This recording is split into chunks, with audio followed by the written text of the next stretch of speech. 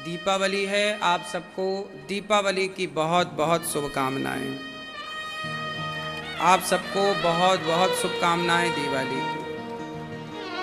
आप सबके जीवन में माँ भगवती लक्ष्मी की कृपा बनी रहे। आप सदा सुखी और स्वस्थ रहें। सबको जय श्रीमन नारायण, जय श्री कृष्णा, जय गौरी गोपाल, राधे राधे। कैसे हैं आप लोग? सबको दिवाली की बहुत बहुत शुभकामनाएं। शुभ दीपावली, हैप्पी दिवाली। आप सबको बहुत बहुत शुभकामनाएं। आज दीपावली है। आज भी दीपावली है और कल भी दीपावली है। हम आज मना रहे हैं दीपावली और कल भी दीपक जला के माँ भगवती को प्रणाम कर लेने में कोई बुराई नहीं है। ये तो सनातन धर्म की खूबसूरती है कि अभी तक एक दीपावली एक साल में मिलती थी, तो बड़ी कृपा है कि अब साल में दो दो दीपावली मना रहे हैं। हमारा त्योहार बढ़ रहा है, हमारी खुशियाँ बढ़ रही हैं, इसलिए तो लोग परेशान हो रहे हैं। हमारे त्योहार बढ़ रहे हैं, सनातन धर्म की खुशियां बोलो बढ़ रही हैं, इसलिए कुछ लोग परेशान हो जाते हैं। दोनों दिन आनंद लो, दोनों दिन दीप जलाओ, दोनों दिन माँ भगवती लक्ष्मी को प्रणाम करो। अच्छा है, इस बार लक्ष्मी माता हम सबके घर में ज़्यादा देर ठहरेंगी, ज़्यादा दिन के लिए आ रही हैं। मतलब इस बार से अब ये मान लो कि आप यदि लक्ष्मी का सदुपयोग करते हैं तो लक्ष्मी जी माँ इस बार हम सबके घरों में रुकने के मन से आ रही हैं, अब यहीं रहेंगे। अभी एक दिन के लिए आती थी माँ लक्ष्मी जी, अब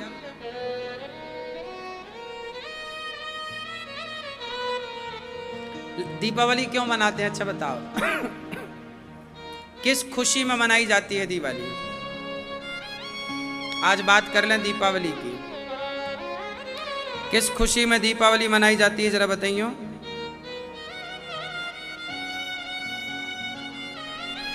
मैया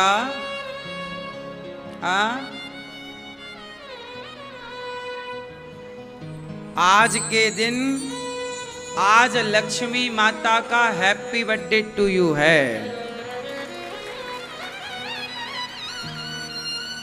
आज के दिन ही माता लक्ष्मी जी समुद्र मंथन से प्रकट भई।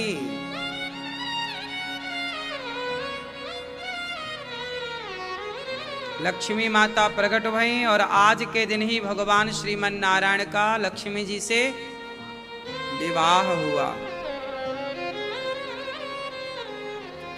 तो लक्ष्मी जी प्रकट भई और लक्ष्मी जी का विवाह हुआ, इसलिए लक्ष्मी जी की पूजा होती है। इसलिए गणेश लक्ष्मी जी के बीच में लक्ष्मी जी के साथ भगवान नारायण जरूर रखिएगा, गोपाल जी रख लीजिएगा। लक्ष्मी जी भगवान श्रीमन नारायण, आपने वो आपके घर में वो तस्वीर होगी या वो विग्रह होगा जहाँ नारायण भगवान लेटे हैं और लक्ष्मी जी उनके चरण दबा रही हैं। ये वाला स्वरूप भगवान जी का सबके घर में होना चाहिए। वास्तु के हिसाब से भी भगवान शयन करते हैं, जहाँ जिस घर में भगवान नारायण के शयन करने का चित्र होता है, जहाँ भगवान लेटे हैं, तो जहाँ नारायण लेटेंगे वहाँ तो लक्ष्मी जी बैठ के क्या करेंगी? वहाँ से तो जाने की कोई संभावना है ही नहीं। तो आपके घर में लक्ष्मी गणेश जी का तो पूजन आज करेंगे ही करेंगे, परंतु लक्ष्मी नारायण का पूजन विशेष होता है आज के दिन। आज लक्ष्मी नारायण का दिन है। अब आप कहोगे फिर गणेश जी कहाँ से आ गए?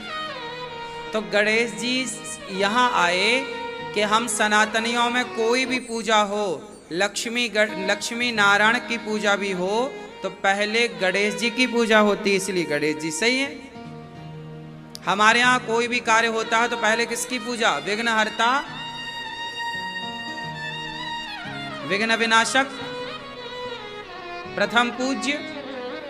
तो गणेश जी प्रथम पूज्य हैं, इसलिए गणेश जी की पूजा होती है। और गणेश जी की पूजा करके फिर लक्ष्मी नारायण की पूजा होती है। लक्ष्मी जी की अकेले पूजा मत कर लीजिएगा, गणेश जी की पूजा करिएगा। हे गणेश जी, जैसे आप अपने माँ बाप की सेवा करते हैं, जैसे अपने माँ बाप की परिक्रमा गणेश जी लगाए ना, तो संपूर्ण पृथ्वी की परिक्रमा लगाने का फल मिला। हे गणेश जी, आपकी जैसी बुद्धि हमारे पास हो। गणेश जी बुद्धिमान है। बुद्धि कैसी हो? गणेश जी जैसी। तो जिसके पास गणेश जी जैसी बुद्धि होगी, निश्चित ही लक्ष्मी जी वहीं रहेंगी। अच्छा ये बताओ, लक्ष्मी जी मूर्खों के पास रहती हैं कि समझदार विद्वानों के पास? बुद्धिजीवी बुद्धिमानों के पास लक्ष्मी जी हैं या मूर्खों के पास? बोलो बोलो भाई। बुद्धिमान होगा तो लक्ष्मी जी होंगी। आप बहुत लक्ष्मी वाले हैं, मतलब बहुत आपके घर में धन धान्य है, मतलब आप बुद्धिमान हैं। मूर्खों के पास कहाँ है? तो गणेश जी जैसी बुद्धि, इसलिए गणेश जी की प्रथम पूजा। फिर लक्ष्मी नारायण की पूजा। पूजा करते समय क्या करिए? गाय के गोबर से पहले लीपिएगा। गोबर ही लक्ष्मी का स्वरूप है। सनातन धर्म में गाय के गोबर में किसका वास है? लक्ष्मी जी का। इसलिए आपने देखा होगा सत्यनारायण भगवान की कथा जब कराते हैं तो पंडित जी गौर गणेश लक्ष्मी जी, गौर गणेश किसके बना देते हैं? गोबर के। गोबर के बना दिए जाते हैं। तो गोबर की पूजा होती है हमारे यहाँ गौर गणेश के रूप में। उसी से लीप करके फिर चौक पूरा जाए। आज आपके घर में पोंछा लगाइएगा, जहाँ पूजा करिएगा तो वहाँ नमक डाल करके पानी में सेंधा नमक डालते हैं, फिर उससे घर को पोंछा लगाते हैं, जिससे सारी नकारात्मकता दूर हो जाती है और उस बचे हुए पानी को घर के बाहर कहीं दूर फेंक दिया जाता है। दीपावली के दिन आप अपनी माँ और अपनी पत्नी, ये दोनों लक्ष्मी हैं, इसलिए आज के दिन अपनी पत्नी को और अपनी माँ को बहुत प्रसन्न रखिएगा। जो अपनी पत्नी और अपनी माँ को सदा प्रसन्न रखते हैं, अर्थात नारी को अर्थात स्त्री को प्रसन्न रखते हैं, स्त्री जात को प्रसन्न रखते हैं, उनके घर में लक्ष्मी जी सदा सदा के लिए रहती हैं। लक्ष्मी जी एक नारी है और आपकी पत्नी और आपकी माँ भी एक नारी है। और लक्ष्मी जी कहती हैं कि जो अपनी नारी का सम्मान नहीं करता वो मेरा सम्मान क्या करेगा। जो अपनी माँ का सम्मान नहीं करता वो लक्ष्मी माँ का सम्मान क्या करेगा। इसलिए आप अपनी माँ का सम्मान करिएगा, अपनी पत्नी का आदर करिएगा, तो आपके घर में सदा लक्ष्मी प्रसन्न चित्त से आपके घर में रहेंगी। ये हर पुरुष को आज सुनवा दीजिएगा। अपनी पत्नी को, अपनी माँ को, अपनी बेटी को, अपनी बहन को प्रसन्न रखिएगा, क्योंकि ये लक्ष्मी स्वरूपा मानी गई है। अब अपनी घरवाली से आप लड़ो, अब अपनी माँ को आप घर से निकाल दो और फिर लक्ष्मी माँ की पूजा करो, जय लक्ष्मी माता, जय लक्ष्मी माता, तो कुछ ना होगा।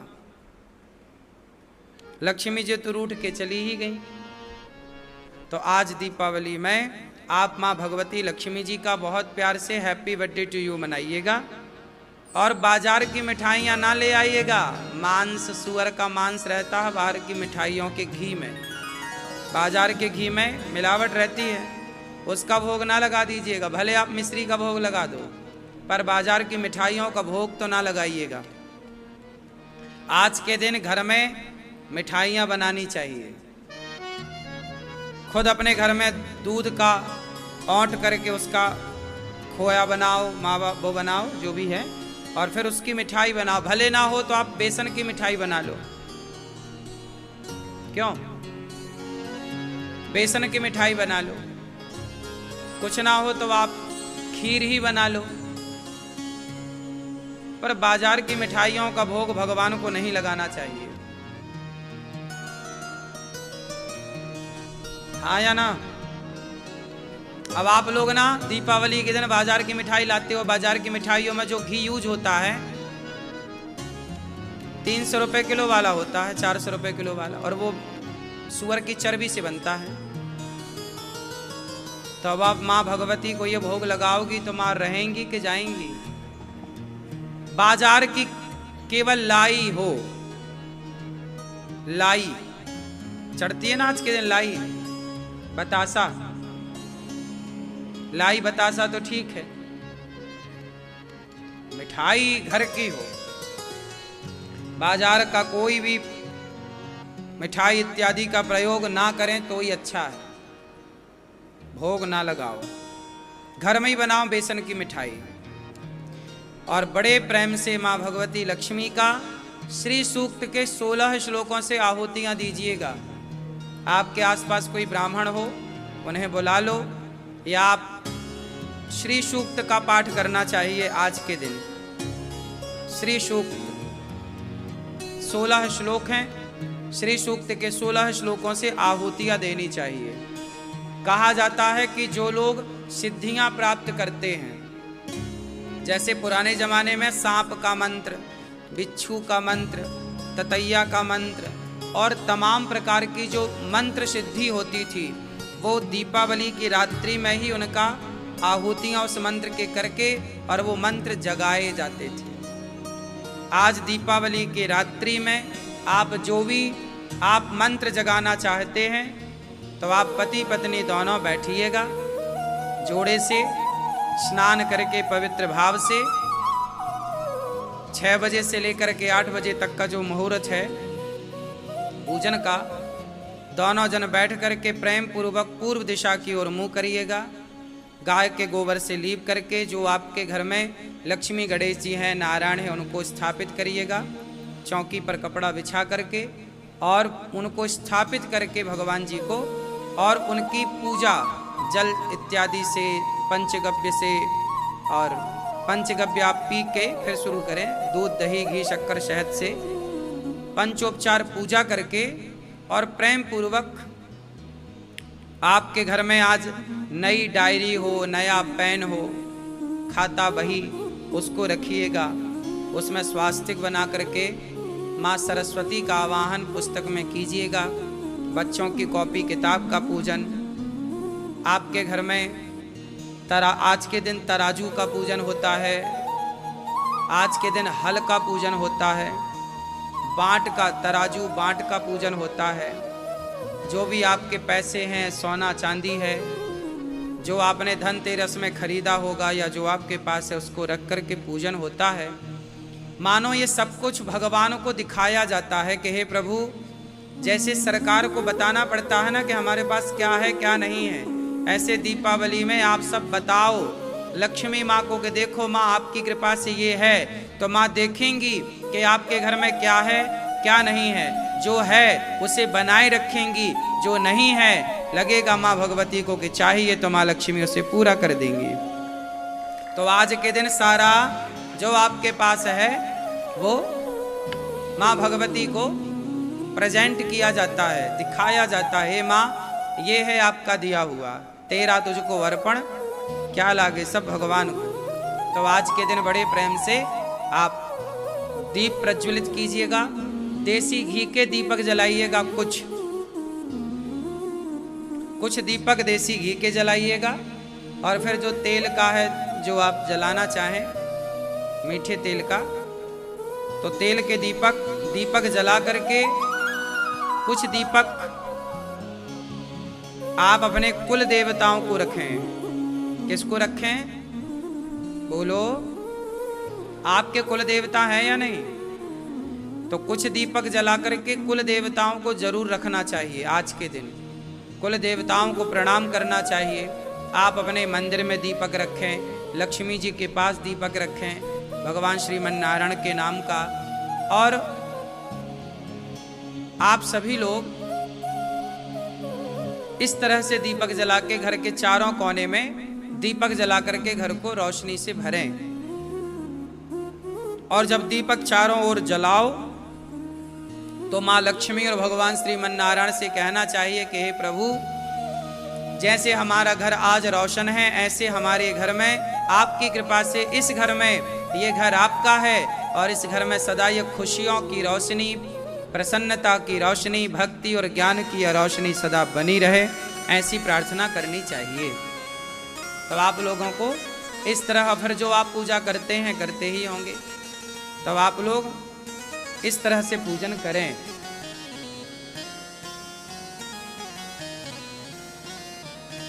बहुत सारी विधि विधान आपको आपके पूर्वजों से मिलती है। कुछ कुछ परंपरागत पूजा होती है जो आपके बाप दादों ने करी, तो उनसे पूछ लिया करो। अपनी सास से, अपने ससुर से पूछा करो कि अपने यहाँ कैसी पूजा होती आई है। कई बार परंपरागत पूजा होती है कि बाप दादे जो करते आए हैं हम उसी को फॉलो करते हैं। इस तरह से दीपावली की पूजा करनी चाहिए सबको। आज के दिन अपने घर पे तो दीपक जलाना ही चाहिए, और दीपक जला के जब पूजा पाठ संपन्न हो जाए तो एक दूसरे को मिठाई खिलाने की भी परंपरा है, एक दूसरे को गले लगाने की भी परंपरा है। कि आज तक हमारी और आपकी जो बात थी, बात था, विवाद था, हम छोड़ें कल की बातें, कल की बात पुरानी, और अब प्रेम पूर्वक अपनी जिंदगी इस दीपक के तरह, जैसे ये दीपक सब तरफ रोशनी कर रहा है, ऐसे हमारी और आपकी दोस्ती, हम और आप मिल करके, हम और आप दोनों लोग देश को रोशन करें, समाज को रोशन करें, ज्ञान से रोशन करें, प्रेम से रोशन करें, एक दूसरे का मुंह मीठा करने की परंपरा है। लाई आज के दिन चढ़ती है। आप में से कितने लोग लाई चढ़ाने की परंपरा जानते हैं? चढ़ती है लाई? क्यों, क्या होती है लाई? काय की बनती है? बताओ, लाई काय की बनती है? काय की? हाँ, धान को जब गरम किया जाता है कढ़ाई में, उसमें रेत वेत डालते हैं ना, फिर उसमें गरम करते हैं, तो धान से क्या निकलती है? वाइट कलर की लाई, सफेद होती है, वो स्वच्छ होती है। धान कैसी होती है और लाई कैसी होती है ना? क्या अर्थ निकला? तपाया गया ना, धान को क्या किया गया, फिर क्या निकली, और फिर किसे चढ़ी? बोलो, लक्ष्मी जी को, गणेश जी को। क्या मैसेज मिला? कि लक्ष्मी तक पहुंचने के लिए धान को पहले क्या करना पड़ा? तपना पड़ा। जो तपेगा, जो मेहनत करेगा, वही लक्ष्मी तक पहुंचेगा। ये मैसेज है। आप सोचो कि बिना मेहनत करे हम सफल हो जाएं, बिना मेहनत करे लक्ष्मी पा जाएं। आप बिना मेहनत करे लक्ष्मी पा भी लोगे तो याद रखना टिकेगी नहीं। जिन्हें बफौती के रूप में मिल जाती है ना लक्ष्मी, वो साल 2 साल 4 साल में बर्बाद कर देते हैं सब। लेकिन जो मेहनत करते हैं, तपते हैं, जो तपते हुए आगे बढ़ता है, वो सदा लक्ष्मी पुत्र बन करके रहती है या रहता है। तो लाई इसलिए चढ़ाई जाती है समाज को मैसेज देने के लिए कि लाई को लक्ष्मी तक पहुंचने के लिए कढ़ाई में तपना पड़ा, तब जाकर के वो निखरती है।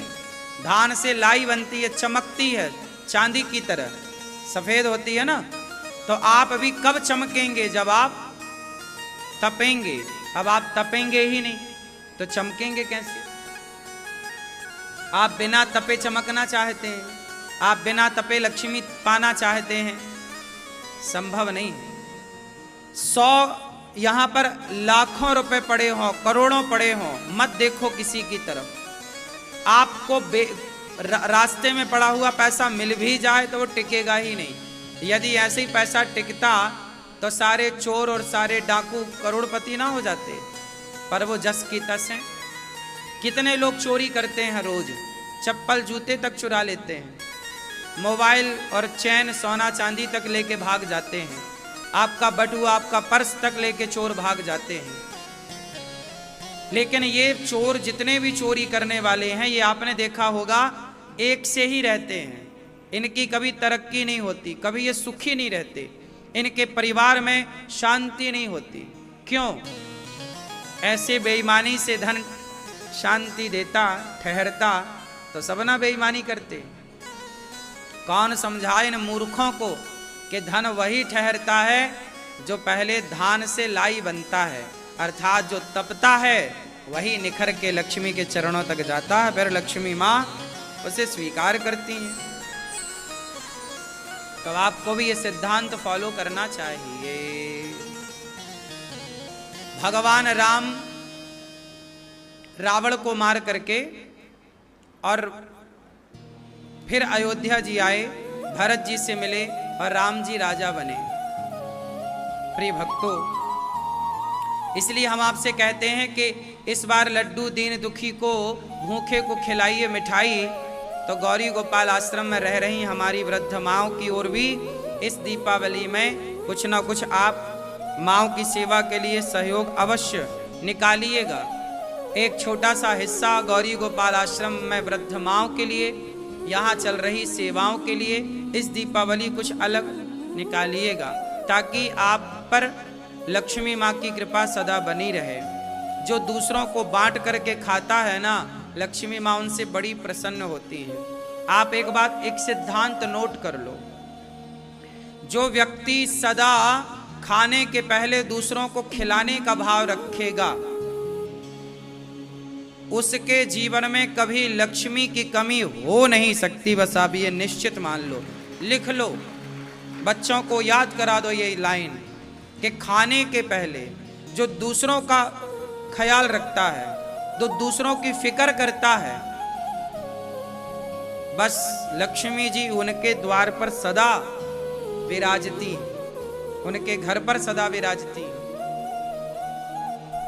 किसके घर में सदा लक्ष्मी जी रहती हैं? जो खाने के पहले दूसरों की फिक्र करता है, दूसरों की चिंता करता है कि क्या वो गरीब है, क्या वो खाया होगा, क्या वो भूखा है, क्या वो खाया होगा। उसको पहले खिलाकर, उसको देकर फिर कोई खाए तो लक्ष्मी जी सदा बनी रहती। दीपावली में नियम बनाओ अब से सदा कि रोज खिला कर ही खाएंगे। भले तो मुट्ठी भर आटा चींटियों को खिला दो, पर नियम बनाओ कि पहले खिलाओगे किसी को फिर खाओगे। मैंने तो ये नियम बनाया है और भगवान की कृपा से ये पूरा भी हो रहा है। गौरी गोपाल आश्रम में रोज सवेरे 8 बजे हजारों साधु संत आते हैं। पहले उन संतों को यह दास देने का प्रयास करता है। आप लोग जो सहयोग करते हो, आप भी कुछ भक्त आके अपने हाथ से संतों को अन्नदान करते हो और पहले संतों को आप देते हैं। गौरी गोपाल में संतों को बंटता, उसके बाद ये दास अनिरुद्ध कुछ प्रसाद पाता है। पहले हमारी गायों को चारा डल जाता है, गाय चारा खा लेती हैं। पहले बंदरों को केला मिल जाता है, चने मिल जाते हैं, संतों को रोटी मिल जाती है। गौरी गोपाल जी की रसोई में आप भक्तों को भोजन मिल जाता है। इसके बाद ये दास अनिरुद्ध खाता है। 1000 लोग कम से कम पहले पा लेते हैं, फिर ये दास। ये नियम यदि आप बनाएंगे तो लक्ष्मी आपके घर आएंगी नहीं, आकर नृत्य करेंगी, नाचेंगी, वही यहीं रहेंगे। अब यहां से कहीं जाने की आवश्यकता नहीं। इस तरह का भाव रखिएगा। सभी में बांट कर खाए उसे इंसान कहते हैं, पराया दर्द अपनाए उसे इंसान कहते हैं। ना जाने क्यों लोग लड़ते हैं, ना जाने क्यों आपस में झगड़ते हैं। सबको धन चाहिए, सबको समृद्धि चाहिए, सबको सुख चाहिए, तो सुख कैसे मिलेगा? अरे दूसरों को सुख देना स्टार्ट कर दीजिए, आप सुखी हो जाएंगे। अच्छा ये बताओ, जब आप गुस्सा करते हैं किसी दूसरे पर, किसी को डांटते हैं, किसी को गुस्से में गालियां देते हैं, तो आप गुस्से में पहले खुद को ही जलाते हैं, इसके बाद आपका क्रोध किसी दूसरे को जलाता है। जैसा कि मैंने बताया कि जब माचिस की तीली जलती है तो माचिस की तीली बाद में किसी जंगल को जलाएगी, बाद में किसी घर को जलाएगी, बाद में किसी को जलाएगी। वो तीली सबसे पहले खुद को जलाएगी। जैसे ही आपने माचिस से रगड़ा तो तीली जली, सबसे पहले कौन जला? वो तीली जली, उसके बाद जला जो भी जला। हाँ या ना? तो जब आप क्रोध करते हैं, जब आप किसी का बुरा सोचते हैं तो उसका बुरा बाद में होता है, पहले आपका खुद का बुरा होता है। तीली किसी को बाद में जलाएगी, पहले खुद को जलाएगी। इसलिए हम जब किसी दूसरे को प्रसन्नता देते हैं, खुशियां देते हैं, तो वो खुशियां रिटर्न हमें मिलती हैं। जब हम किसी को दुख देते हैं तो वो दुख हमें वापस मिल जाता है। जब हम किसी के बारे में भला सोचते हैं तो हमारे बारे में भला हमारे लिए भला होता है। इसलिए कहते हैं ना कि आप जैसा बोएंगे वैसा पेड़ बोए बबूल का तो आम। इसके सिद्धांत ये है, मायने ये हैं कि आप जैसा बोते हैं वैसा ही आप काटते हैं। अब आपको ये डिसाइड करना है किस दीपावली में आप क्या बोने जा रहे हैं। कोशिश करिएगा कि जब हम दीपक जलाएं, और हमारे गांव में पता परंपरा है, हमारे गांव में, अब आप लोगों को क्या पता नहीं है, हमारे यहाँ क्या है कि लोग दीपक जला करके और एक दूसरे के घर में भी दीपक रखने जाते थे। अपने घर में तो रखते थे, अपने घर को तो रोशन करते थे। हमारे गांव में हम जब छोटे थे तो हम देखते थे गांव के लोग हमारे घर में भी दीपक लाते थे। हम भी दूसरों के घर में दीपक ले जाते थे और उनको मिठाई देते थे, उनकी मिठाइयाँ लेते थे। क्या मतलब है, कितना साइंटिफिक सनातन है, कितनी पवित्र मानसिकता रही सनातन की कि हमारा घर ही रोशन ना हो साहब, हमारे घर के ही रोशनी से हम परिपूर्ण ना हो, आपका घर भी हम रोशनी से भरने आए हैं, हम आपका घर भी रोशन करेंगे। कितनी बड़ी विचारधारा सनातन की है। हमारे यहाँ दूसरों के घर में भी दिया रखे जाते हैं। हाँ या ना? ऐसा कितने लोगों ने ये परंपरा देखी है, एक दूसरे के घर में भी दिया रखने की परंपरा। मतलब हम कितने बड़े दिल वाले हैं कि भैया हमारा ही घर रोशनी से ना भरा हो, तुम्हारा घर भी रोशनी से भरे। रोशनी बांटते थे, इसलिए पहले के लोगों के जीवन में खुशियों की रोशनी लंबे समय तक रहती थी, आंखों की रोशनी लंबे समय तक रहती थी। अब रोशनी कोई बांटता ही नहीं। आजकल तो लोग जलता हुआ दिया बुझाना चाहते हैं कि तुम्हारा हमारा तो बुझाइए, तुम्हारा भी बुझे। ऐसी मानसिकता वाले लोग सदा परेशान रहते हैं। आपको कैसी मानसिकता रखनी चाहिए? सर्वे भवन्तु सुखिनः, हमारा घर भी रोशनी से भरा हो, आपका घर भी रोशनी से भरा हो। आस पास अगल बगल सबको गले लगाओ, सबको मिठाई दो, सबको प्रेम करो। भगवान राम दीपावली कैसे मनाते हैं? एक बार क्या हुआ कि भगवान राम दीपावली आई तो भगवान राम दीपक जला रहे थे। तो अयोध्या में दीपावली मनाई जा रही थी। ये दीपावली की परंपरा राम के, अब आप लोग कहते हैं कि राम जब वनवास से आए तो दीपावली मनाई गई। ऐसा नहीं है, लक्ष्मी जी जब प्रकट भई तो दीपावली मनाई गई। राम जी वनवास से लौटे कब? लोग कहते हैं कि दीपावली में लौट करके आए। तो ऐसा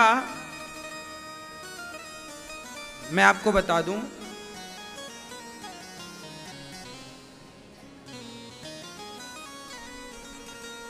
आपको पता है कि राम जी वनवास से 14 वर्ष के बाद कब आए थे? पता है आपको? नहीं? सुनो, लोग कहते हैं ना राम जी दीपावली में आए तो दीपावली मनाई जाती है। ऐसा निबंध तो हमने भी लिखा है बचपन में। दीपावली का निबंध तो ऐसे ही लिखा जाता है कि राम जी आए तो पंडित ज्वाला प्रसाद जी बंबई छापा एक रामायण है, उसमें उन्होंने बताया है, देखो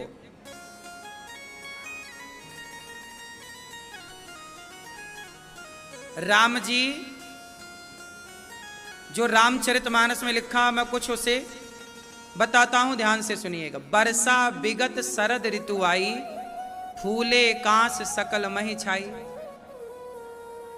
अच्छा, जब राम जी ने बाली को मारा तो बाली को मारने के बाद आषाढ़ आ गया, तो आषाढ़ सावन भादो और कुंवर 4 महीने राम जी कहां रहे?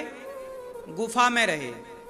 अब वर्षा विगत शरद ऋतु आई, जब वर्षा बीत गई और शरद ऋतु आई, मतलब यही जब मौसम आया दीपावली का, इसी समय हनुमान जी लंका गए और सीता मां का पता लगाया।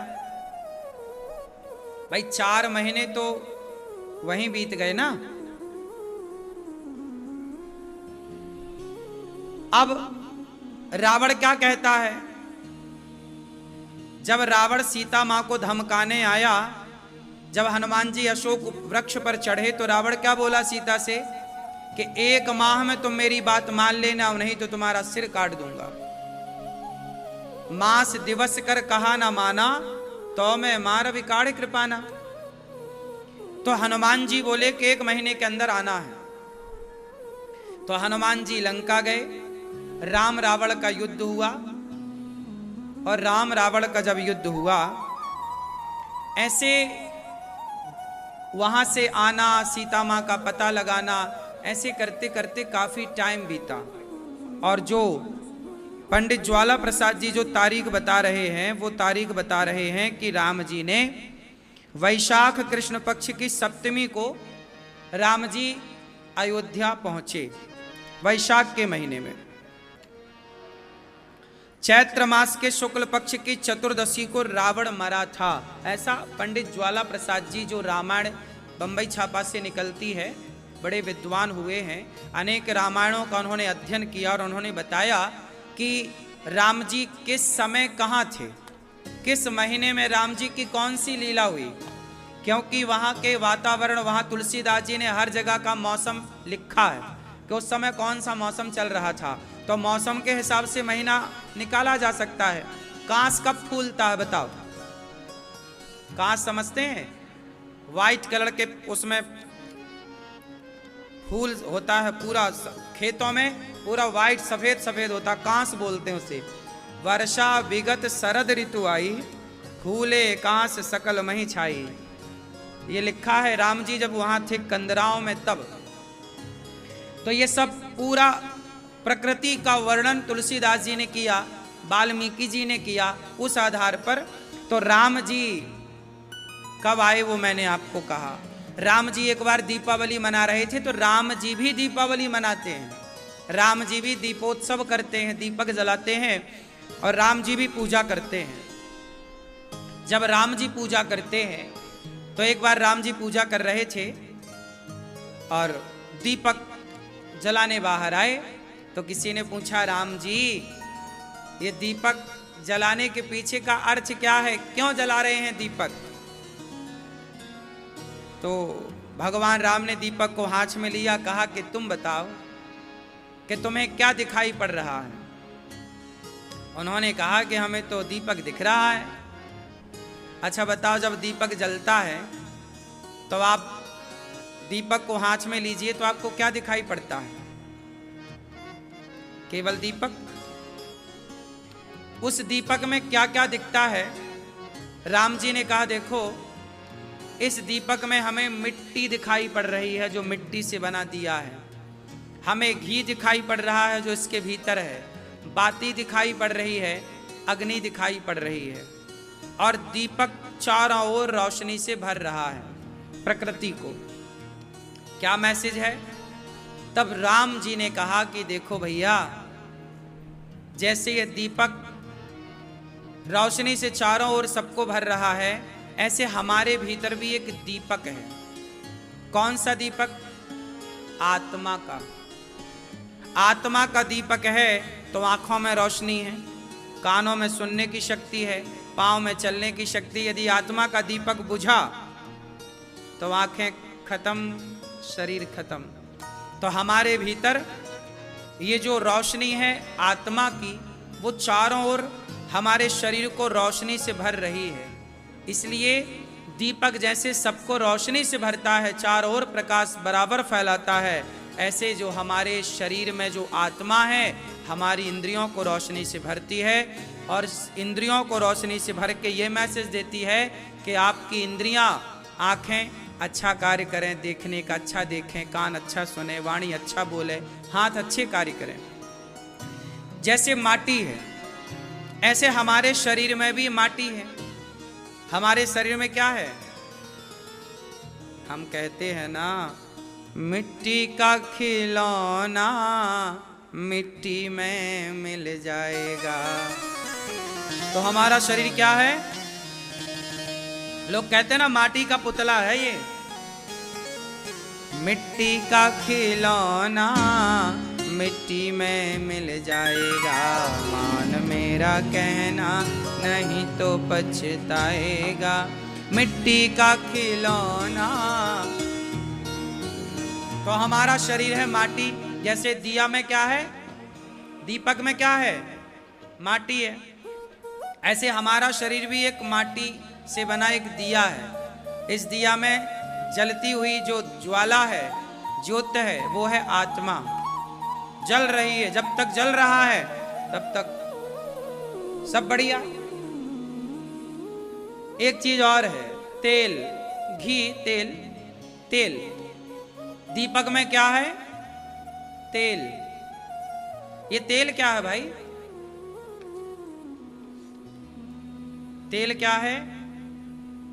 जब तक तेल रहेगा तब तक दीपक जलेगा। मतलब जब तक समाज का प्रेम, जब तक हमें आपस में प्रेम है, हमारा जीवन जीने का मन करता है जब सब प्रेम करते हैं। कई बार मर जाने का मन करता है जब कोई प्यार, जब चारों ओर आपसे नफरत करने वाले लोग होते हैं, घृणा करने वाले लोग होते हैं, ईर्ष्या करने वाले लोग होते हैं, तब आपको लगता है कि हम मर जाना चाहिए। कई बार आपके मन में ये विचार आता है कि चलो आत्महत्या कर लेते हैं। जब आपको सब अपने ठुकरा देते हैं तब आपका जी करता है मर जाए, और जब सब प्यार करते हैं आपसे, जी करता है कि जीते रहें, जीते रहें।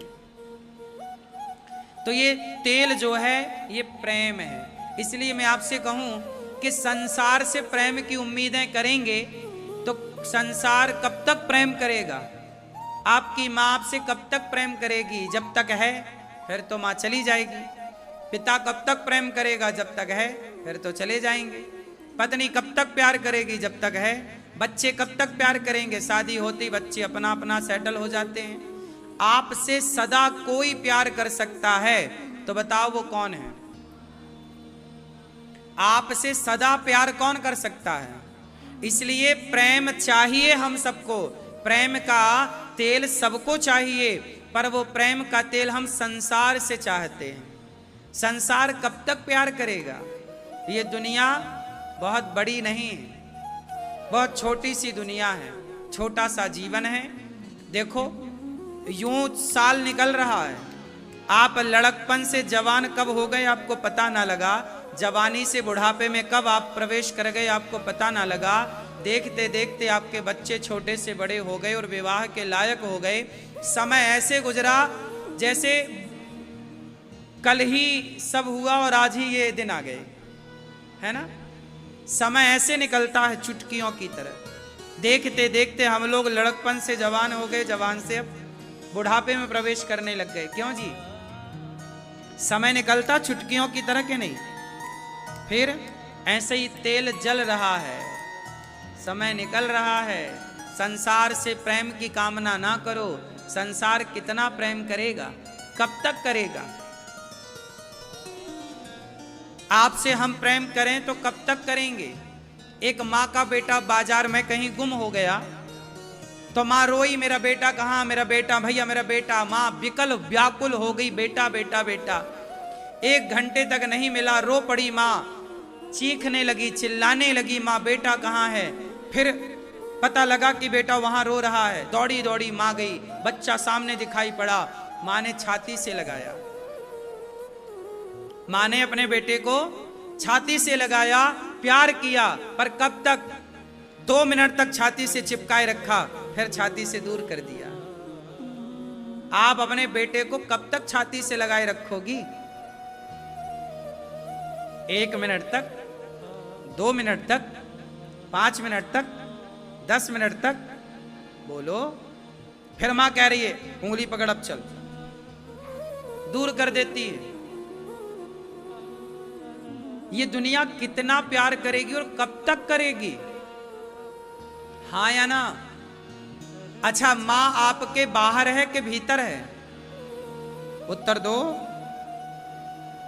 आपकी मां, आपके पिता, आपके दोस्त, आपकी पत्नी, आपका पुत्र, आपका परिवार आपसे बाहर है कि आपके भीतर है? बोलो। ये सारे लोग आपके बाहर हैं। ये बाहर की दुनिया है। ये बाहर के लोग कितना प्यार करेंगे, लेकिन आपके भीतर भगवान है। 24 घंटे आपकी मां आपके साथ नहीं रह सकती। 24 घंटे आपका बेटा या आपका पति, आपकी पत्नी आपके साथ नहीं रह सकती, पर 24 घंटे भगवान आपके साथ है, क्योंकि आत्मा है तो आप हैं, और वही आत्मा ईश्वर का रूप है। तो भीतर तो सबके भगवान ऑलरेडी बैठे। तो भीतर वाला, उनसे प्यार लो, उनके प्यार को महसूस करो। आप क्या होता है, ईश्वर के प्यार को महसूस आप कर नहीं पाते। भगवान सबसे प्यार करते हैं। बताओ, भगवान सबसे प्रेम करते हैं कि नहीं? हाँ या ना? भगवान सबसे प्रेम करते हैं कि नहीं? पर विडंबना ये है, हमें परिवार का प्रेम तो दिख जाता है, पर भीतर बैठे भगवान के प्रेम को हम लोग नहीं देख पाते। जब आप भीतर के प्रेम को देख ही नहीं पाएंगे, तो फिर भगवान के प्रेम को आप देख ही नहीं पाएंगे, भगवान के प्रेम को आप समझ ही नहीं पाएंगे, महसूस ही नहीं कर पाएंगे, तो फिर कैसे काम बनेगा? इसलिए भीतर के प्रेम को देखो। राम जी ने कहा कि दीपक माटी का है, शरीर माटी है, इसमें जो ज्योति है जल रही है वो आत्मा है, और जो तेल है वह प्रेम है। किसका? जगत का प्रेम नहीं, जगन्नाथ का प्रेम है। यदि इनका प्रेम मिला तो ये जलता रहेगा। अच्छा, एक बार मां यशोदा और श्री कृष्ण इसी कार्तिक के माह में दीपदान करने यमुना जी आए। कार्तिक के माह में दीपदान करने की बड़ी महिमा है। आप लोग वृंदावन आए हैं तो आप लोग भी एक काम करिएगा कि यमुना जी जाइएगा और दीपदान करिएगा। क्या करिएगा? हाँ, दीपदान करिएगा। दीपदान जरूर करना चाहिए। दीपदान करने के भी बड़े पुण्य हैं। कार्तिक के माह में दीपदान करने की बड़ी महिमा है। तो एक दिन मैया यशोदा दीपदान करने आई, रात शाम का समय था। मैया यशोदा दीपक जला जला के यमुना जी में विसर्जित कर रही हैं, दीपदान कर रही हैं। हजारों लाखों दिया यमुना जी में बह रहे हैं, और यमुना जी ऐसा श्रृंगार सुशोभित है माँ का, ऐसा लग रहा है जैसे सोने का हार किसी ने पहनाया हो। श्री कृष्ण किनारे यमुना जी के तट पर हैं और दिया उठा उठा के किनारे रख रहे हैं। यशोदा मैया बोली, लाला यो क्या करे तू? कन्हैया बोले, मैया मैं बहते हुए को बचाऊं। मैया बोली, लाला कितने दीप बह रहे हैं तो कितनों को बचाएगो? कन्हैया बोले, मैया मैं सबन को ठेका मैंने थोड़े ले रखे है। तो लाला, मैया जो मेरे बगल से गुजरते जाएंगे, मेरे आसपास से गुजरेंगे, मैं वाको बचाऊंगो। भगवान किनारे लेटकर बिल्कुल दीपक उठा उठा के रखें। जो भगवान के पास से गुजर रहे हैं उन्हें तो बचा ले रहे हैं, और जो दूर हैं वो बह रहे हैं। क्या अर्थ है? जो भगवान के पास हैं उन्हें तो भगवान बचा लेते हैं, और जो भगवान से दूर हैं वो बहते जाते हैं। 84 के चक्कर में बह रहे हैं। 84 के चक्कर में बहना है तो भगवान से दूर रहो, और 84 के चक्कर से बचना है तो भगवान के पास आओ। भगवान के पास कौन लोग आते हैं और कौन लोग नहीं आते? भगवान के पास वो लोग आते हैं जिन्हें भगवान कृपा कर देते हैं। आप लोग बड़े भाग्यशाली हैं कि देखो कार्तिक के माह में आप वृंदावन आए हैं। आपको बिहारी जी ने अपने पास बुला लिया कि इस बार हमारे साथ दीपावली मनाओ, तो आप बिहारी जी के साथ दीपावली मनाने आ गए।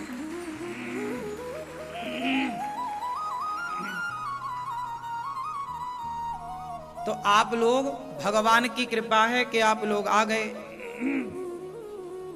कार्तिक के माह में भगवान ने आपको बुलाया है, पास हैं आप। इसलिए मैं आपसे प्रार्थना करूं कि भगवान से दूर ना होइएगा। भगवान से दूर कौन होता है? जो भगवान को भूल जाता है। कौन भूल जाता है? कौन भूल गया भगवान को? अच्छा बताओ, कौन भूल गया? भूल गया अजामिल। अजामिल था, वो बड़ा पंडित था, रोज पूजा करता था, बड़ी पूजा करता भगवान की। फिर क्या हुआ? अजामिल का एक वैश्या से प्यार हो गया, एक स्त्री के चक्कर में फंस गया, और ऐसा फंसा कि उसके बाद से भगवान की पूजा, भगवान की ओर देखना भूल गया। भगवान को भूल गया अजामिल। संसार में ऐसा उलझ गया अजामिल कि एक बार भी नाम लेना उसे अच्छा ना लगता। वो धोखे से भी अब नारायण ना कहता, धोखे से भी राम ना कहता। तब वो तो संतों की कृपा भई और उसके बेटे का नाम नारायण रख दिया। तो वो इसी बहाने बेटा को बुलाए, बेटा नारायण, बेटा नारायण। तो वो जपने लगा। भगवान से दूर हो गया था वरना। और जब भगवान से कोई दूर होता है ना, और कभी संस्कार होते हैं भक्ति के, तो फिर अजामिल को जैसे भगवान ने अपने पास बुला लिया, ऐसे ही आपके भीतर भक्ति के संस्कार होंगे तो भगवान स्वयं कृपा करके अपने पास बुला लेंगे। जैसे लंका से विभीषण को राम जी ने अपने पास बुला लिया, विभीषण को बुलाया, वहां के सबको भेज दिया परम धाम जाओ।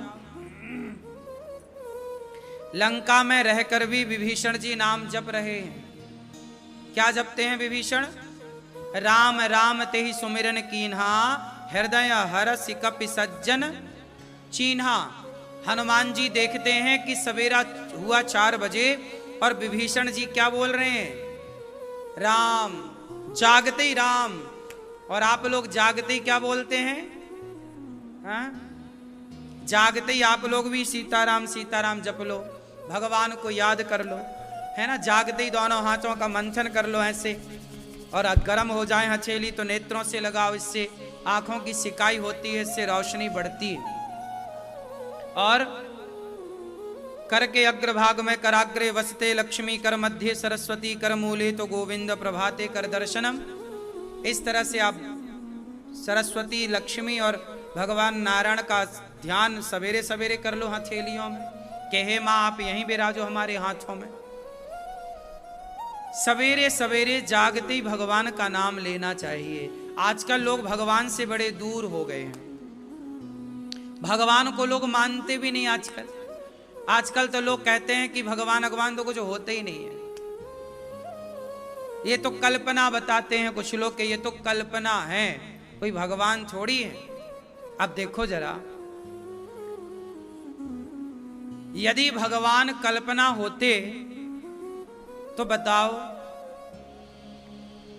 राम यदि कल्पना है तो राम की कल्पना कितनी अच्छी है कि इस कल्पना में एक ऐसा बेटा है जो अपने माँ बाप की आज्ञा के लिए वनवास चला जाता है। हर माँ बाप यही तो चाहते हैं कि मेरा बेटा आज्ञाकारी हो। कल्पना में यदि राम कहे गए तो कल्पना के राम भी कितने आज्ञाकारी हैं। चलो आप कहते हो कि हम ईश्वर को नहीं मानते, राम एक कल्पना है, ऐसा लोग कहते हैं। यदि राम एक कल्पना होते ना मेरी मां, तो फिर राम सेतु हजारों सालों बाद भी उसके अवशेष मिल रहे हैं, लाखों साल बाद भी उसके अवशेष मिल रहे हैं। ये कल्पना तो नहीं हो सकता। मेरा एक सवाल है उन लोगों से जो कहते हैं कि मैं ईश्वर को नहीं मानता। पहली बात तो मैं आपको बताऊं, इस धरती पर ऐसा कोई नहीं है जो भगवान को ना मानता हो। हाँ, हम लोग डायरेक्ट मान रहे हैं। आप लोग कैसे मानते हैं ईश्वर को? डायरेक्ट। और कुछ लोग कैसे मानते हैं? इनडायरेक्ट। मानते सब हैं, बिना माने भगवान का, भगवान को माने बिना किसी का कल्याण ही नहीं है। हो ही नहीं सकता इस धरती पे ऐसा जो भगवान को ना माने। अब मैं एक सवाल आपसे करूंगा, आप उनसे सवाल कर सकते हैं जो ये कहते हैं कि जी मैं भगवान को नहीं मानता। कुछ सवाल मेरे हैं, आप पूछ लीजिएगा और उनसे उत्तर मांगिएगा। मैंने बड़े बड़े पढ़े लिखे लोगों को ये कहते सुना है कि जी मैं भगवान को नहीं मानता। ऐसा है, आपके ना मानने से ये सिद्ध नहीं होता कि ईश्वर नहीं है। आप नहीं मानते, नहीं तो रावण भी मानता था, रावण भी नहीं मानता था। भाई राम को रावण कहां मानता था? कृष्ण को दुर्योधन कहां मानता था? तो कृष्ण के जमाने में भी कृष्ण को ना मानने वाले लोग थे और राम के जमाने में भी राम को ना मानने वाले लोग थे। तो इस कलयुग में राम को कृष्ण को ना मानने वाले लोग हों, इसमें कोई आश्चर्य तो नहीं है। ऐसे लोग तो उस जमाने में भी थे। शिशुपाल जैसे लोग तो उसी जमाने में थे जो कृष्ण के सामने कृष्ण को 100 गालियां देते थे। हाँ या ना? कंस जैसे लोग तो कृष्ण के जमाने में थे। तो कंस जैसे लोग कृष्ण के जमाने में थे, तो आज के जमाने में भी यदि कंस जैसे और दुर्योधन जैसे लोग और रावण जैसे राम को ना मानने वाले लोग हैं, तो इसमें आश्चर्य क्या है? ये दुनिया अच्छाई और बुराई से ही भरी पड़ी है। याद रखिएगा, कई बार आपको लगता होगा कि भगवान है कि नहीं, वो तो नहीं मानते। सुनो, मेरे सवाल हैं कुछ, आप उत्तर दीजिएगा। सवाल ये है कि यदि भगवान नहीं है, चलो थोड़ी देर के लिए मानते हैं कि यदि ईश्वर नहीं है, तो बताओ क्या बिना बनाए आपका घर बन जाएगा? उत्तर दो। क्या बिना बनाए आपके कपड़े बन जाएंगे जो आपने पहने हैं? क्या बिना बनाए आपका बैग बन जाएगा जो बैग आपने लिया है? बोलो। नहीं। जब बिना बनाए आपका बैग और आपके कपड़े नहीं बन सकते, तो बताओ, ये गुलाब है और ये गेंदा है, ये दोनों का कलर एक है कि अलग अलग है? यदि अपने से बनता संसार तो एक सा बनता, फिर रंग बिरंगी दुनिया बनी है तो कोई तो है ना रंग भरने वाला, कोई तो है अलग अलग बनाने वाला। कोई ना होता बनाने वाला तो सारे फिर पुरुष ही पुरुष होते या सारे स्त्रियां ही स्त्रियां होती। फिर रंग बिरंगी दुनिया क्यों है? स्त्री भी है, पुरुष भी है। कौन है वो जो रंग भरता है प्रकृति में? कोई तो है।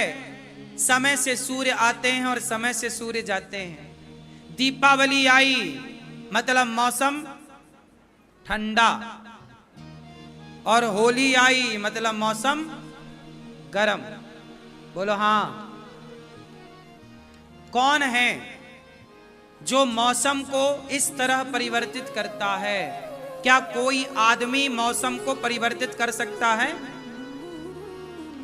उत्तर दो। कोई तो है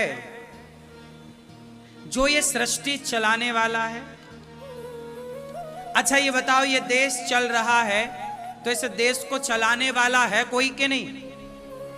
इतना बड़ा देश है भारत, जिस भारत देश में कितने सारे राज्य हैं, कितनी सारी पुलिस है, कितने सारे सैनिक हैं, कितनी सारी व्यवस्थाएं हैं। हाँ या ना? अब बताओ, इतना बड़ा भारत देश, इसे चलाने वाला कोई तो है? क्या बिना चलाए ये चलेगा? बोलो, जब बिना चलाए देश नहीं चल सकता तो बिना चलाए ये सृष्टि कैसे चलेगी साहब? कोई तो है जिसके कहने से समय से सूर्योदय होता है और जिसके इशारों पर समय से सूर्यास्त होता है। कोई तो है, कहते हैं पृथ्वी घूमती है, चलो मान लिया पृथ्वी घूमती है, तो ये बताओ एक धुरी पर एक सी कैसे घूम रही है? फिर बहुत तेज घूम जाए या बहुत स्लो घूमे, एक निश्चित घूम रही है, तो कोई तो है जो इसको बिल्कुल ठीक ठीक घुमा रहा है। बोलो हाँ या ना? क्यों? यदि कोई ना होता तो फिर अपने से तो कैसे भी घूमती, आड़ी टेढ़ी तिरछी विरछी घूम जाती। एक धुरी पर बिल्कुल ठीक ठीक घूम रही है पृथ्वी। सूर्य यदि चक्कर लगा रहे हैं, बृहस्पति यदि चक्कर लगा रहे हैं, तो एक सही टाइमिंग में सही दिशा पर चल रहे हैं। कोई तो है ना जो इनको सही दिशा दे रहा है। बोलो हाँ। अपने से कैसे होगा भाई? अब कोई कहे जी अपने से सब चला, ऐसा हो ही नहीं सकता। अपने से तो एक हेलीकॉप्टर नहीं उड़ सकता। बोलो, ये ड्रोन देखो उड़ रहा है, लेकिन अपने से नहीं उड़ रहा है, इसे उड़ाया जा रहा है तो उड़ रहा है। बोलो हाँ। आपका मोबाइल अपने से नहीं चल सकता, उसे कोई चलाता है। ट्रेन अपने से नहीं चल सकती, उसे कोई चलाता है। फिर जब आपकी बनाई चीज अपने से नहीं चल सकती, उसे व्यवस्थित कोई चलाने वाला है। और देखो ना, प्रकृति मूवमेंट कर रही है। एक सा मौसम होता, सर्दी ही सर्दी, गर्मी ही गर्मी नहीं, मौसम बदल रहा है। कभी कभी आप पतले कपड़े पहनते हैं तो कभी कभी आप ऊनी गर्म मोटे कपड़े पहनते हैं। सर्दी में मोटा, गर्मी में पतला। कौन है जो प्रकृति को इस तरह से परिवर्तित करता? देखो ना, गर्मियों में दिन बड़े होते हैं और सर्दियों में रातें बड़ी होती हैं। कौन है? कोई तो है, हाँ या ना? अच्छा बताओ, कोई है जो सृष्टि चला रहा है या अपने से चल रही है? बोलो, अपने से कैसे चलेगी भाई? अपने से एक राज्य ना चलेगा? चलेगा? अपने से कैसे चलेगा? यदि ये वस्तु अपने से चलने लग जाएगी तो अपने हिसाब से चलेगी, कहीं भी जाएगी। फिर ये सिस्टम पर कैसे चले? यदि सिस्टम किसी ने फीड किया, अब जैसे रोबोट चलता है तो रोबोट अपने से चलता है आप कहेंगे, लेकिन उसमें फंक्शन पहले से प्रोग्राम किए गए हैं। किसी ने किया है, किसी ने उसे बनाया है, फिर वो चल रहा है। हाँ या ना? मतलब कोई है जिसका नियंत्रण है प्रकृति में। कौन है वो? बोलो, कौन है वो जिसने आपकी आंखें बनाई हैं? कौन है वो जिसने आपके सुंदर से शरीर को, पानी की बूंदों से एक मनुष्य का निर्माण हुआ है। पिता के द्वारा मां के गर्भ में क्या गया था? पानी की बूंद। स्त्री जब गर्भवती होती है तो उसके गर्भ में क्या जाता है, क्या स्थापित होता है? पानी की बूंदें। उस पानी की बूंदों से एक लड़की का, एक लड़के का हाथ, पांव, हड्डी, आंख, कान, नाक, पेट, पीठ, नाना प्रकार के अंग बने कि नहीं? पानी की बूंदों से। यदि ऐसे ही बन जाता तो भैया तुम भी पानी की बूंदें ले आओ और डाल दो, और तुम्हारे से बन जाए तो बता दो। आज विज्ञान इतना आगे चला गया तो किसी इंसान को क्यों नहीं बना लेता? आंखें जिसकी नहीं है, आंखें बना के लगा क्यों नहीं देता? आजकल आर्टिफिशियल आंखें लगा तो देता है, लेकिन दिखता नहीं उसमें। बोलो हाँ, सही है। कोई है जो आपको, बच्चा पैदा होता है ना, बच्चा पैदा होता है, समय से वो बड़ा जवान, समय से वो बुढ़ापा, समय से मृत्यु की ओर। कोई है जो आपको भी बदल रहा है, आप भी बदल रहे हो, लड़कपन, जवानी और बुढ़ापा। कोई है, आप मनमाने होते तो आप में से कोई बूढ़ा ही ना होता। यदि साइंस इतनी तरक्की कर गया तो रोक लेना किसी को बूढ़ा होने से, रोक लो ना किसी को मरने से। टाटा जी अभी चले गए, इतने बड़े आदमी हैं, क्या कमी थी उनके पास? कौन सा हॉस्पिटल वो नहीं खरीद सकते थे? कौन सा डॉक्टर नहीं खरीद सकते थे वो? कौन सा इलाज नहीं खरीद सकते थे वो? हजारों नहीं, लाखों नहीं, करोड़ों की संपत्ति, लाखों करोड़ की संपत्ति जिनके पास है, वो क्या नहीं खरीद सकते थे? क्या वो अपनी जिंदगी खरीद सके? कौन है जो आपको इतने बड़े आदमी वो, लेकिन बुढ़ापे में देखो कैसे बूढ़ा आदमी कैसे चलता है लड़खड़ाते हुए। कौन है भाई जो आपको बूढ़ा कर रहा है? कोई तो है मैनेजमेंट करने वाला, हाँ या ना? इसलिए ये कह देना कि ईश्वर नहीं है, इससे बड़ी मूर्खता नहीं है। जो लोग कहते हैं कि ईश्वर नहीं है वो बहुत बड़े मूर्ख हैं, और वो धोखा किसी और को नहीं, स्वयं को दे रहे। उनसे ये सवाल पूछ लो कि भैया ये प्रकृति जो चल रही है सिस्टमैटिक है,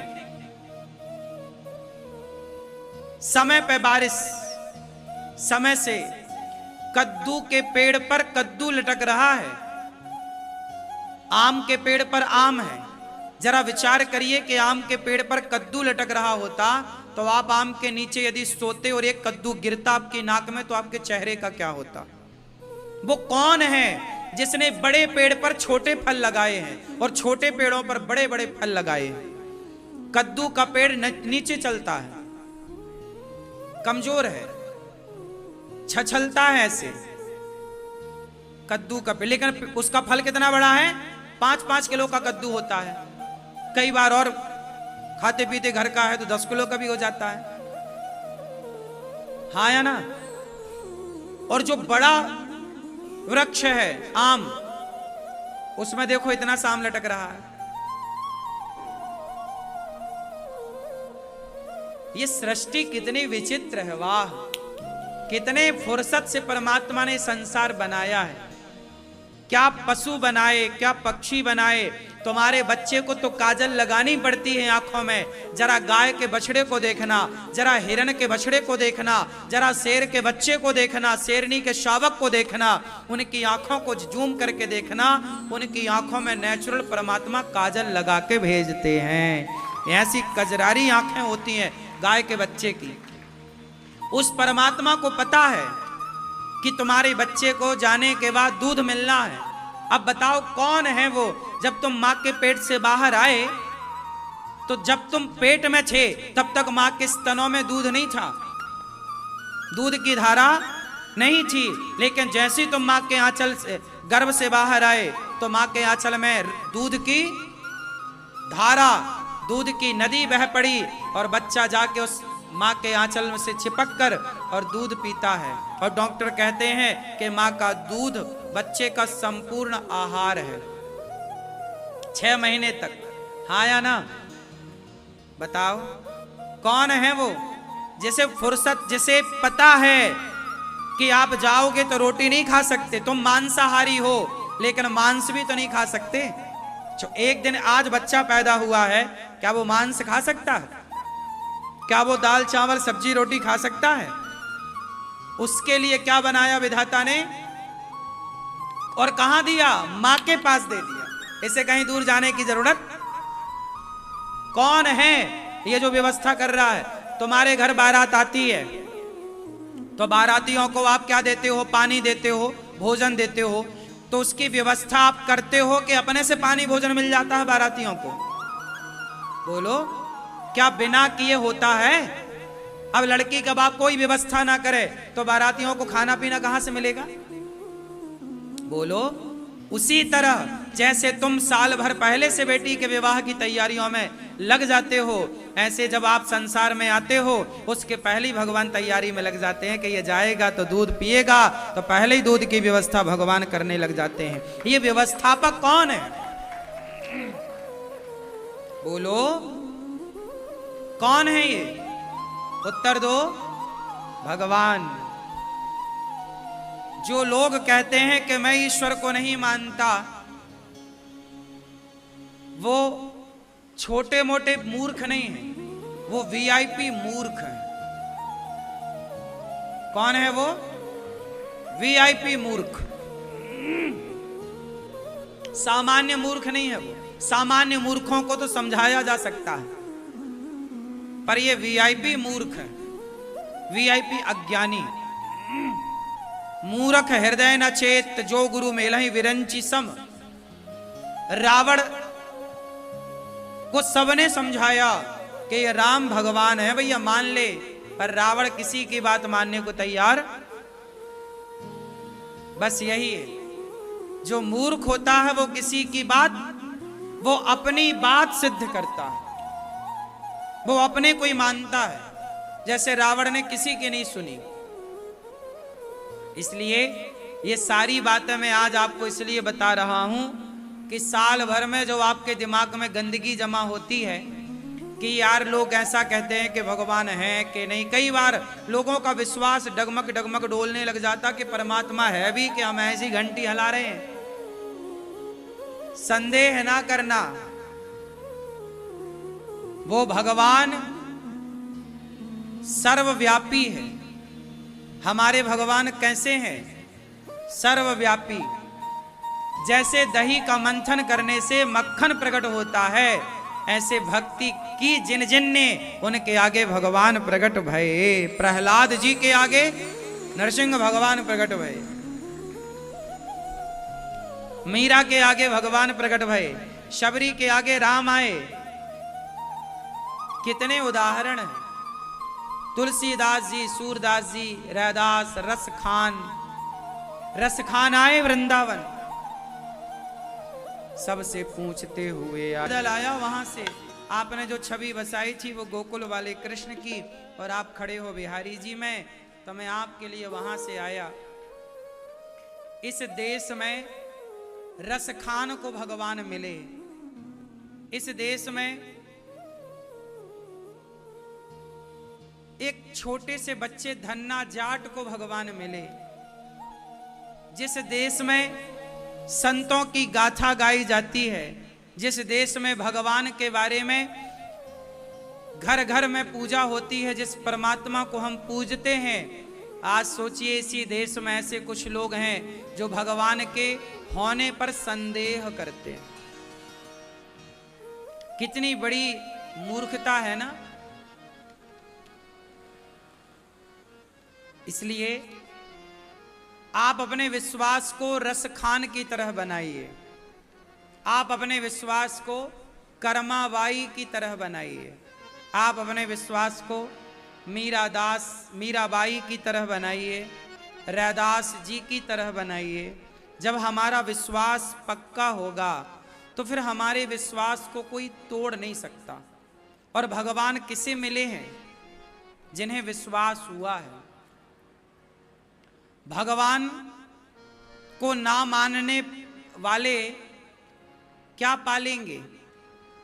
देखो ये बताओ, इस संसार में कोई, अच्छा चलो हिंदुओं की छोड़ो,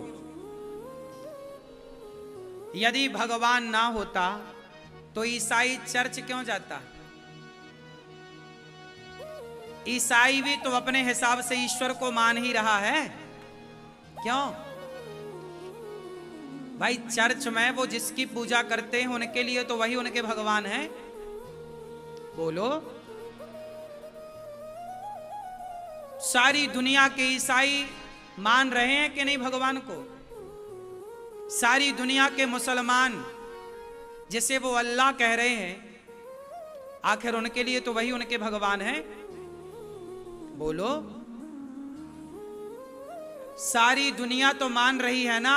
ईसाई मान रहे हैं अपने यीशु को, मुसलमान मान रहे हैं अपने अल्लाह को, जब उन्हें यीशु पर कोई संदेह नहीं है, उन्हें अल्लाह पर कोई संदेह नहीं है, तो हमें भगवान पर क्यों संदेह हो रहा है भाई?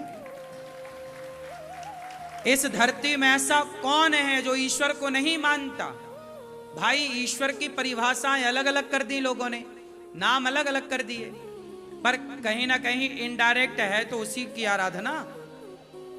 हम डायरेक्ट मूर्ति बना करके उस परमात्मा को पूजते हैं, हम भगवान की पूजा करते हैं। अब वो भगवान की पूजा नहीं करते पर अल्लाह की पूजा करते हैं, वो अल्लाह की पूजा नहीं करते पर यीशु की पूजा करते हैं।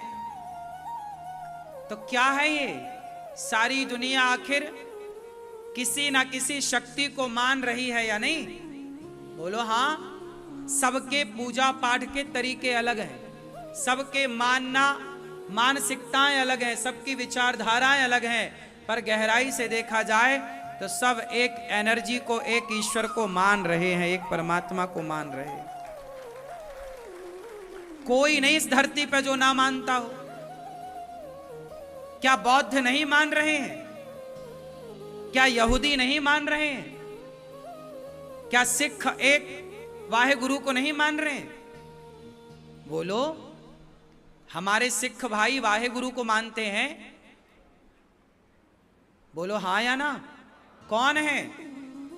वही तो है वो ईश्वर की आराधना। सबके तौर तरीके अलग हो गए, सबकी विचारधाराएं। जैन भी तो मान रहे हैं, जैन भी तो 24 तीर्थंकर को मानते हैं। आप एक का नाम बताओ जो नहीं मानता हो। सब अपने अपने तरीके से अपने अपने ईश्वर की उपासना कर रहे हैं। इसलिए आप ये मत कहिए कि ईश्वर नहीं है। यदि नहीं है तो फिर मुसलमान दुनिया भर के क्यों उस ईश्वर को मान रहे हैं? क्यों ईसाई उस परमात्मा की पूजा में लगे हैं? आज तो विदेशी वृंदावन में देखिए ना, विदेशी लोग, ईसाई लोग यहां हरे कृष्ण जप रहे हैं, तुलसी की माला पहन रहे हैं। पूरी दुनिया में मंदिर बनाए जा रहे हैं तेजी से। अमेरिका हो, दुबई हो, चाहे अनेक देश हो, वहां जाइए, सब जगह धर्म और धार्मिकता बढ़ रही है। सब तरफ दुनिया में गीता की वाहवाही हो रही है। गीता की ओर लोगों का रुझान बढ़ रहा है। वेदों की ओर, पुराणों की ओर लोग भाग रहे हैं। और हिंदू, अपने भारत देश के अपने कुछ लोग ईश्वर की सत्ता पर उंगलियां उठाए हैं। क्या बताएं मेरी मां, बड़ी विडंबना है। इस दुनिया, पूरी दुनिया में सारे मजहब पंथों को एक तरफ रखो और दूसरी तरफ हिंदुओं को रखो, हिंदुओं की विचारधारा को रखो।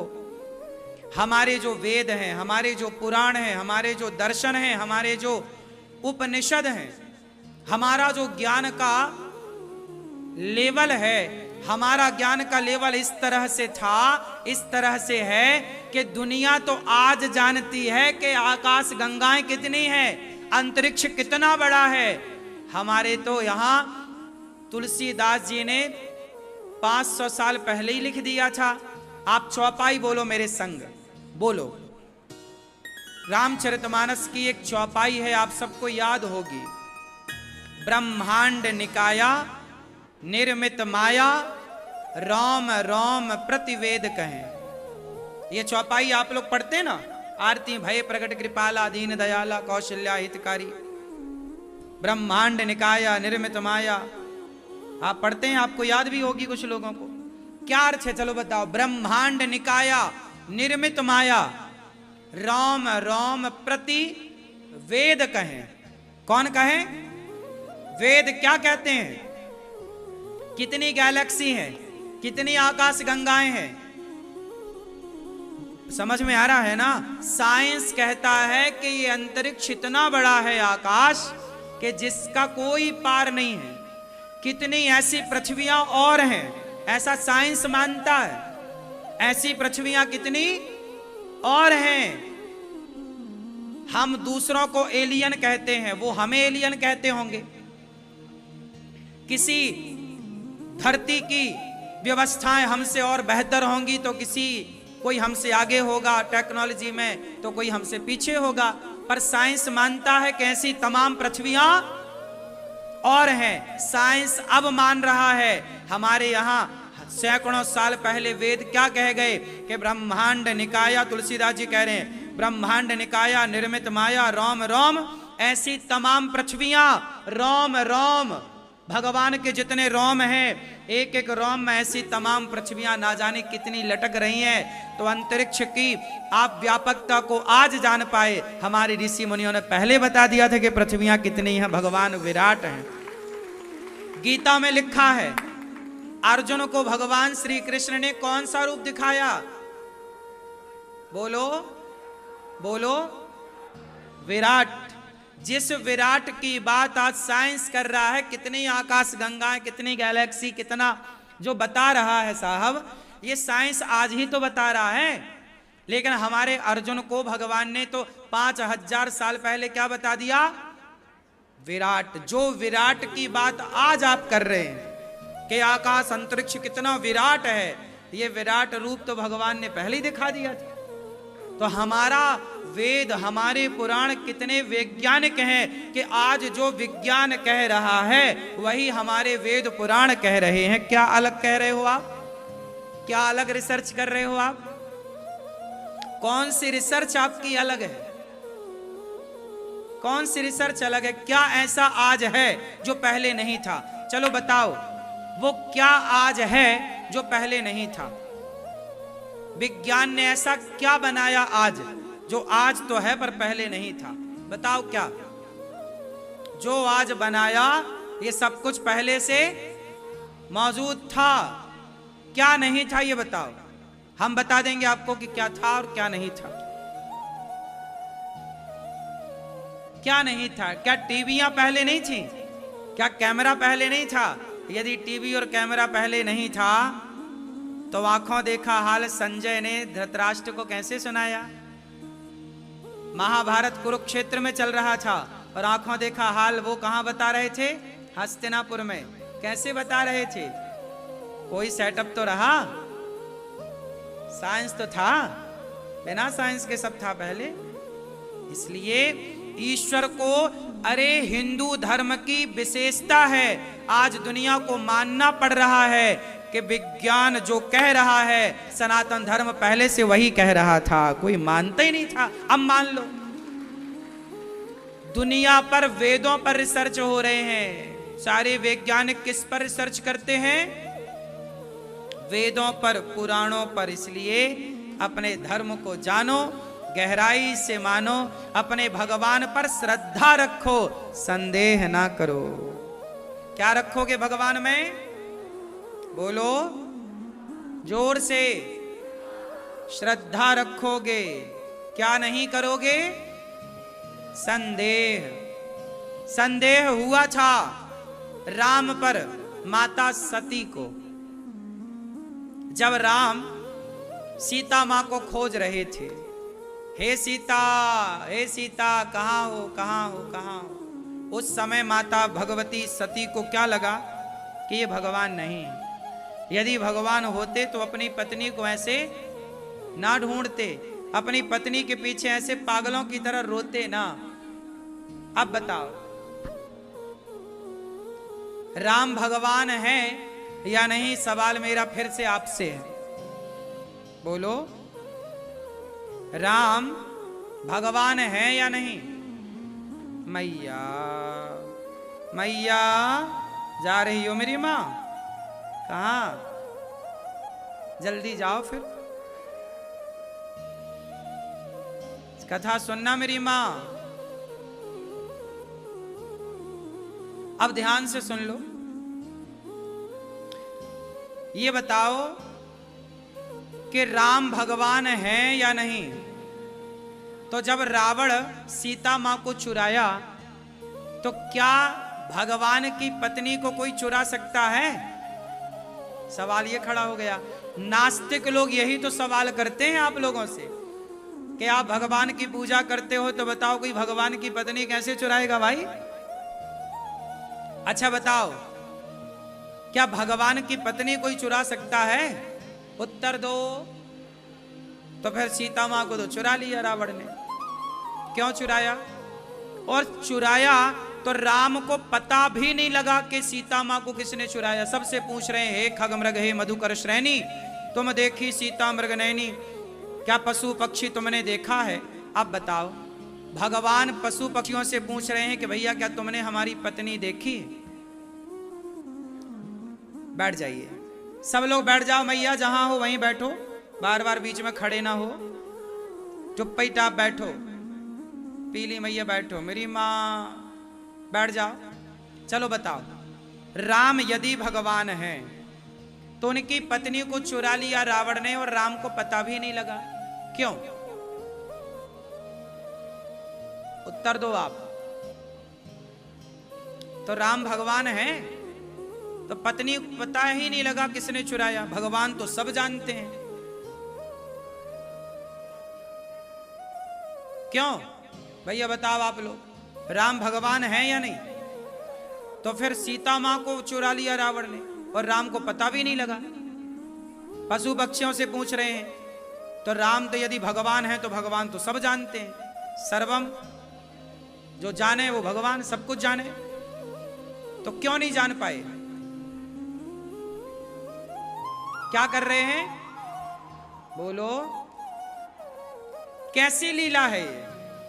उदाहरण दे के समझाओ। आप कह रहे हैं कि राम लीला कर रहे हैं, कैसी लीला है ये? कि पत्नी को कोई ले गया और वो खोज ही ना पाए, ये कैसी लीला? इस लीला के पीछे का कारण क्या था और ये लीला कैसी है? उदाहरण दे के समझाओ, कैसी लीला है ये? मैया,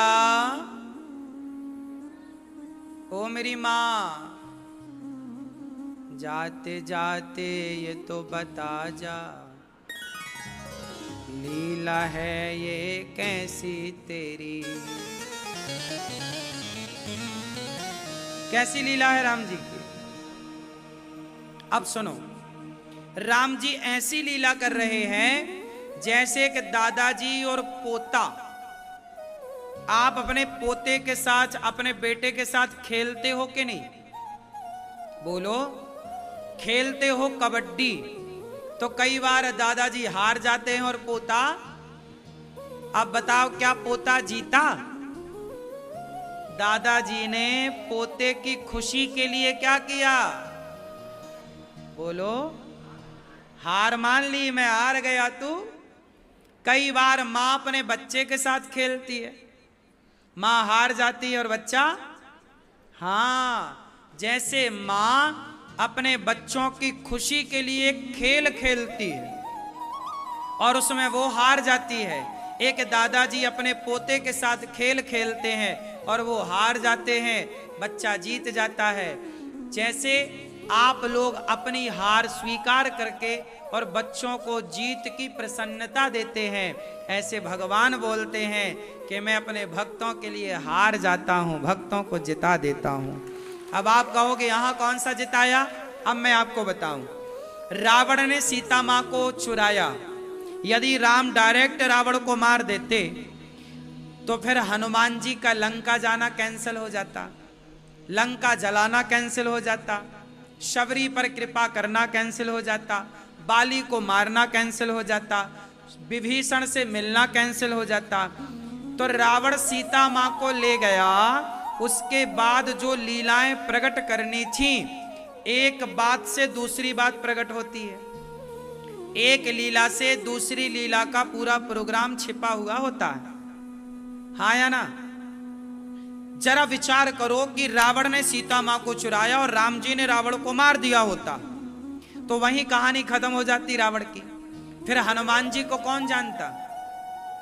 और भगवान को क्या करना है? जैसे माँ बाप अपने बच्चे को जिताते हैं, दादाजी बच्चे को जिताते हैं, उसी तरह भगवान अपने भक्त को जिताते हैं। और भगवान के भक्त हैं हनुमान जी, विभीषण जी, शबरी, सुग्रीव, इन्हें जिताना था, इन्हें जिताना मतलब इनकी महिमा को बढ़ाना था। फिर कौन हनुमान चालीसा पढ़ता?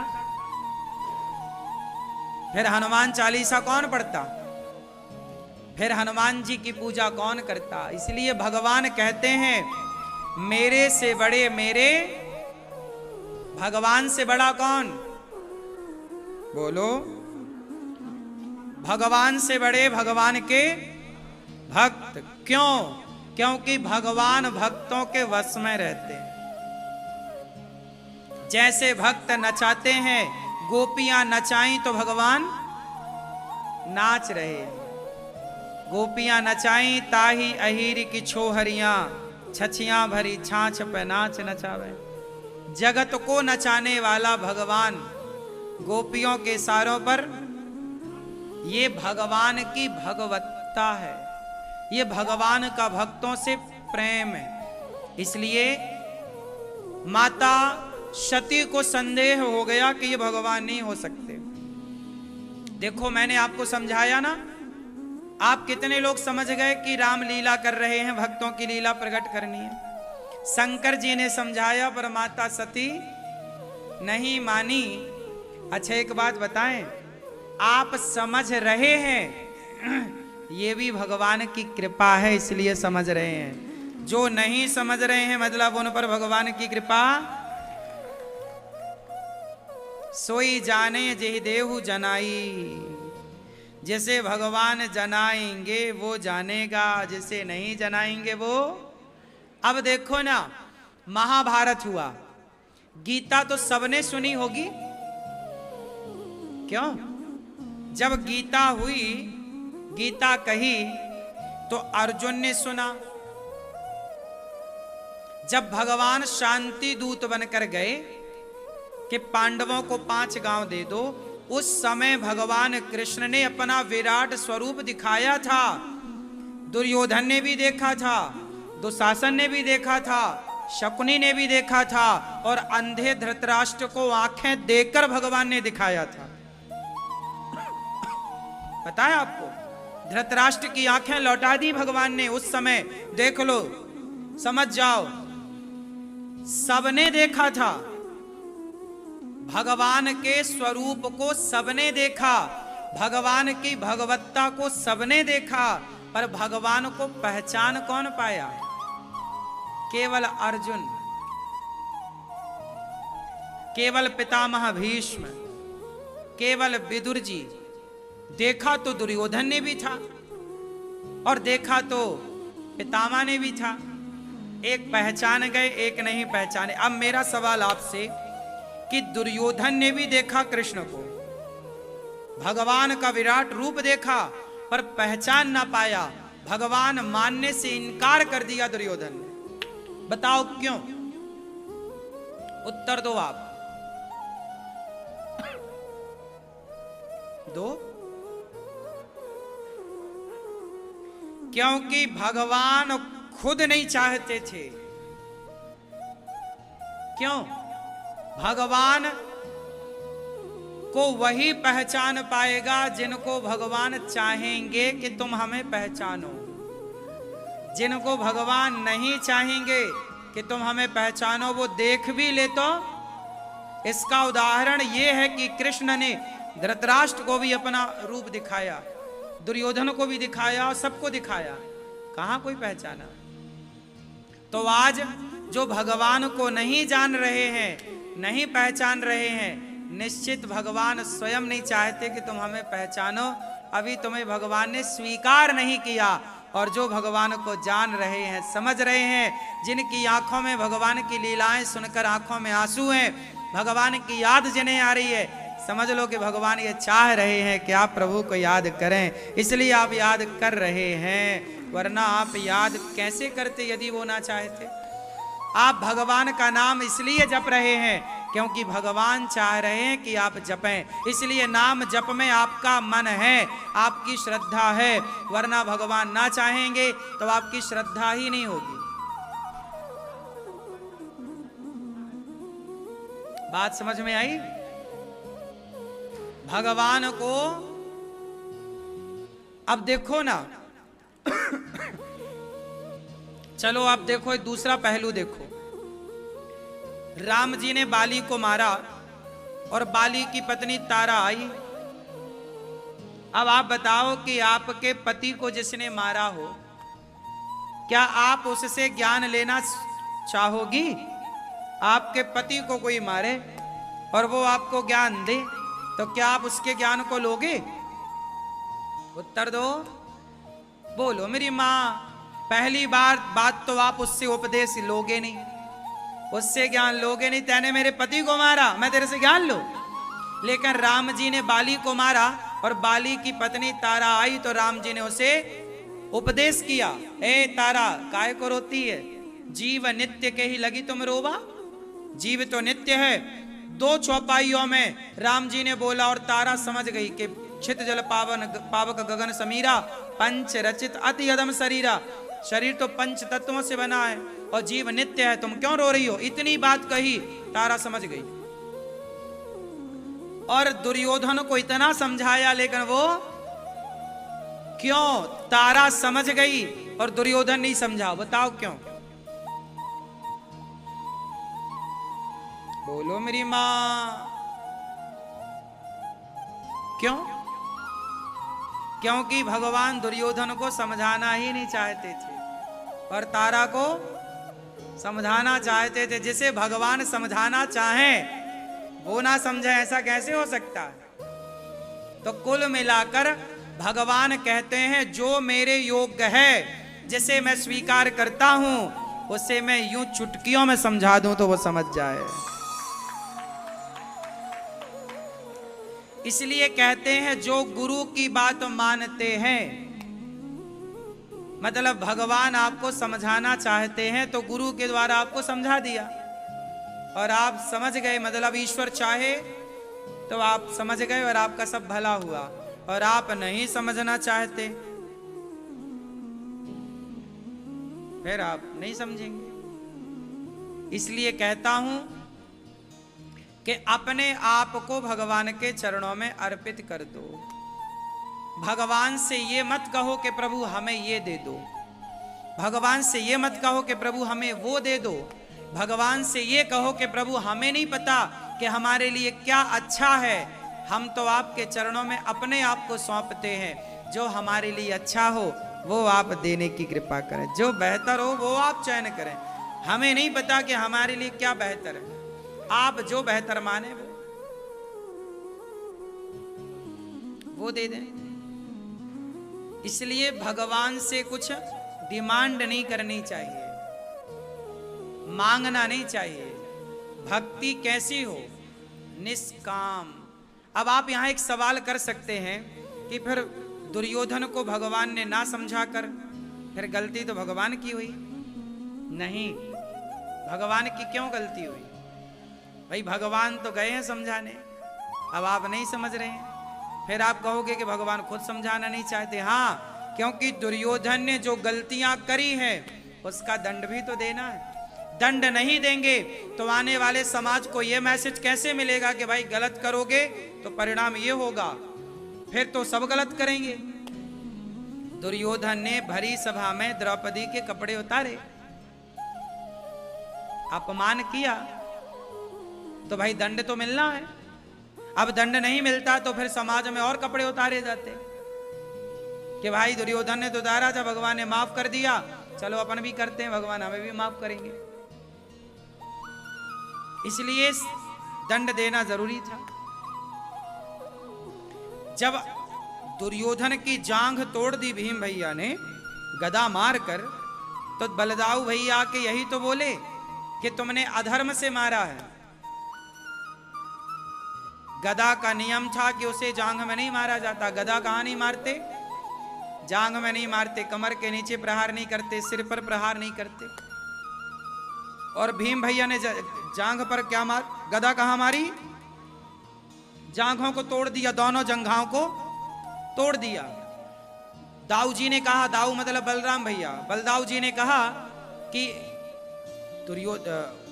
भीम तुमने गलत किया। भीम तो घबरा गए कि भाई गुरुजी आ गए, और गुरुजी बलराम जी हैं, बलराम जी ने ही गदा चलाना दोनों को सिखाया था। बलराम जी के दोनों ही शिष्य हैं, भीम भैया और दुर्योधन। कहा कि तुमने गदा युद्ध के नियम का उल्लंघन किया है, अब तुम्हें हमसे लड़ना पड़ेगा, हम तुम्हें मारेंगे। तब भगवान श्री कृष्ण आए। दाऊ जी, दाऊ भैया ये क्या कर रहे हैं आप? भगवान से बोले बलराम जी के, देखो भीम ने दुर्योधन की जंघा तोड़ दी और गदा का नियम का उल्लंघन किया है। तब भगवान कृष्ण ने समझाया, बलदाऊ जी ये होने दो। बलराम जी ने कहा, गलत कैसे होने दूं? वाह कन्हैया बोले, वाह बड़ी चिंता हो गई आपको गलत की। जब भरी सभा में ये द्रौपदी के कपड़े उतार रहा था तब वो सही था। जब ये द्रौपदी से कह रहा था कि आजा मेरी जांघों पर बैठ जा, तब वो सही था। तब आप कहां थे? द्रौपदी की लाज बचाने आप आए? तब तो आप आए नहीं, और आप पापी की रक्षा करने आ गए। जाओ पापी को मरने दो। और याद रखना, भगवान कृष्ण कहते हैं अधर्मी को अधर्म से मार देना ही धर्म है। ये तो जैसे मरे मारो। अधर्मी को अधर्म से, इनके लिए धर्म कहां ढूंढेंगे? इन्होंने कौन सा धर्म किया है? कौन से धर्म से इन्होंने युद्ध किया है? कौन से धर्म का इन्होंने पक्ष रखा है? कौन से धर्म की इन्होंने बात की है? अधर्मी को अधर्म से मार दो। इसलिए भगवान कृष्ण ने, वो दादाजी को जगाओ जरा। राम राम। अधर्मी को अधर्म से मारना ही धर्म। अच्छा बताओ, ये जो महाभारत हुआ था, इस महाभारत में धर्म हुआ था कि अधर्म? बोलो। कुछ लोग कहते हैं कि कृष्ण ने गलत किया, भगवान श्री कृष्ण ने गलत किया, अधर्म होने दिया। अच्छा, भगवान श्री कृष्ण ने अधर्म होने दिया कैसे? कुछ लोग कहते हैं कि हुआ क्या, भगवान ने एक धर्मराज युधिष्ठिर से कहला दिया कि आप जाके कह दो कि अश्वत्थामा मारा गया। धर्मराज युधिष्ठिर बोले मैं झूठ नहीं बोलता। तो भगवान ने अश्वत्थामा नाम के हाथी को मरवाया और गुरु द्रोणाचार्य से कहला दिया। गुरु द्रोणाचार्य को पता चला कि अश्वत्थामा द्रोणाचार्य के बेटे का नाम था। अश्वत्थामा मारा गया। जब ये खबर सुनी तो गुरु द्रोणाचार्य को विश्वास नहीं हुआ। तो गुरु द्रोणाचार्य जी ने पूछा धर्मराज से कि भाई तुम सच बताओ, क्योंकि तुम सत्यवादी हो, तुम बताओ कि क्या अश्वत्थामा मारा गया? तो धर्मराज ने कह दिया कि अश्वत्थामा नाम का हाथी तो मारा ही गया था। तो कह दिया अश्वत्थामा मारा गया, और बाद में बोला नरोवा कुंजरोवा। तब तक भगवान ने शंख बजा दिया जोर से।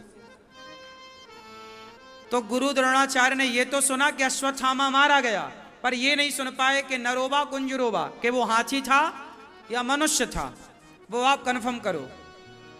और गुरु द्रोणाचार्य ने अपना धनुष रख दिया। तब धृष्टद्युम्न ने आकर के गुरु द्रोणाचार्य जी की हत्या कर दी। अब आप यहां एक सवाल पूछ सकते हैं, भगवान पर यह आरोप लोग लगाते हैं कि भगवान श्री कृष्ण ने ऐसा क्यों किया। अब बताओ भगवान श्री कृष्ण ने ऐसा क्यों किया, झूठ का साथ क्यों दिया? उत्तर दो आप, बोलो। क्यों भगवान को ऐसा करना पड़ा? गुरु द्रोणाचार्य जी की मृत्यु के लिए ऐसा क्यों करना पड़ा? क्या मजबूरियां थी? क्या आप बता सकते हैं मजबूरियां क्या थी? क्या हालात थे? क्यों ऐसा किया? क्या है, भगवान जो करते हैं उसके पीछे का कोई ठोस कारण होता है।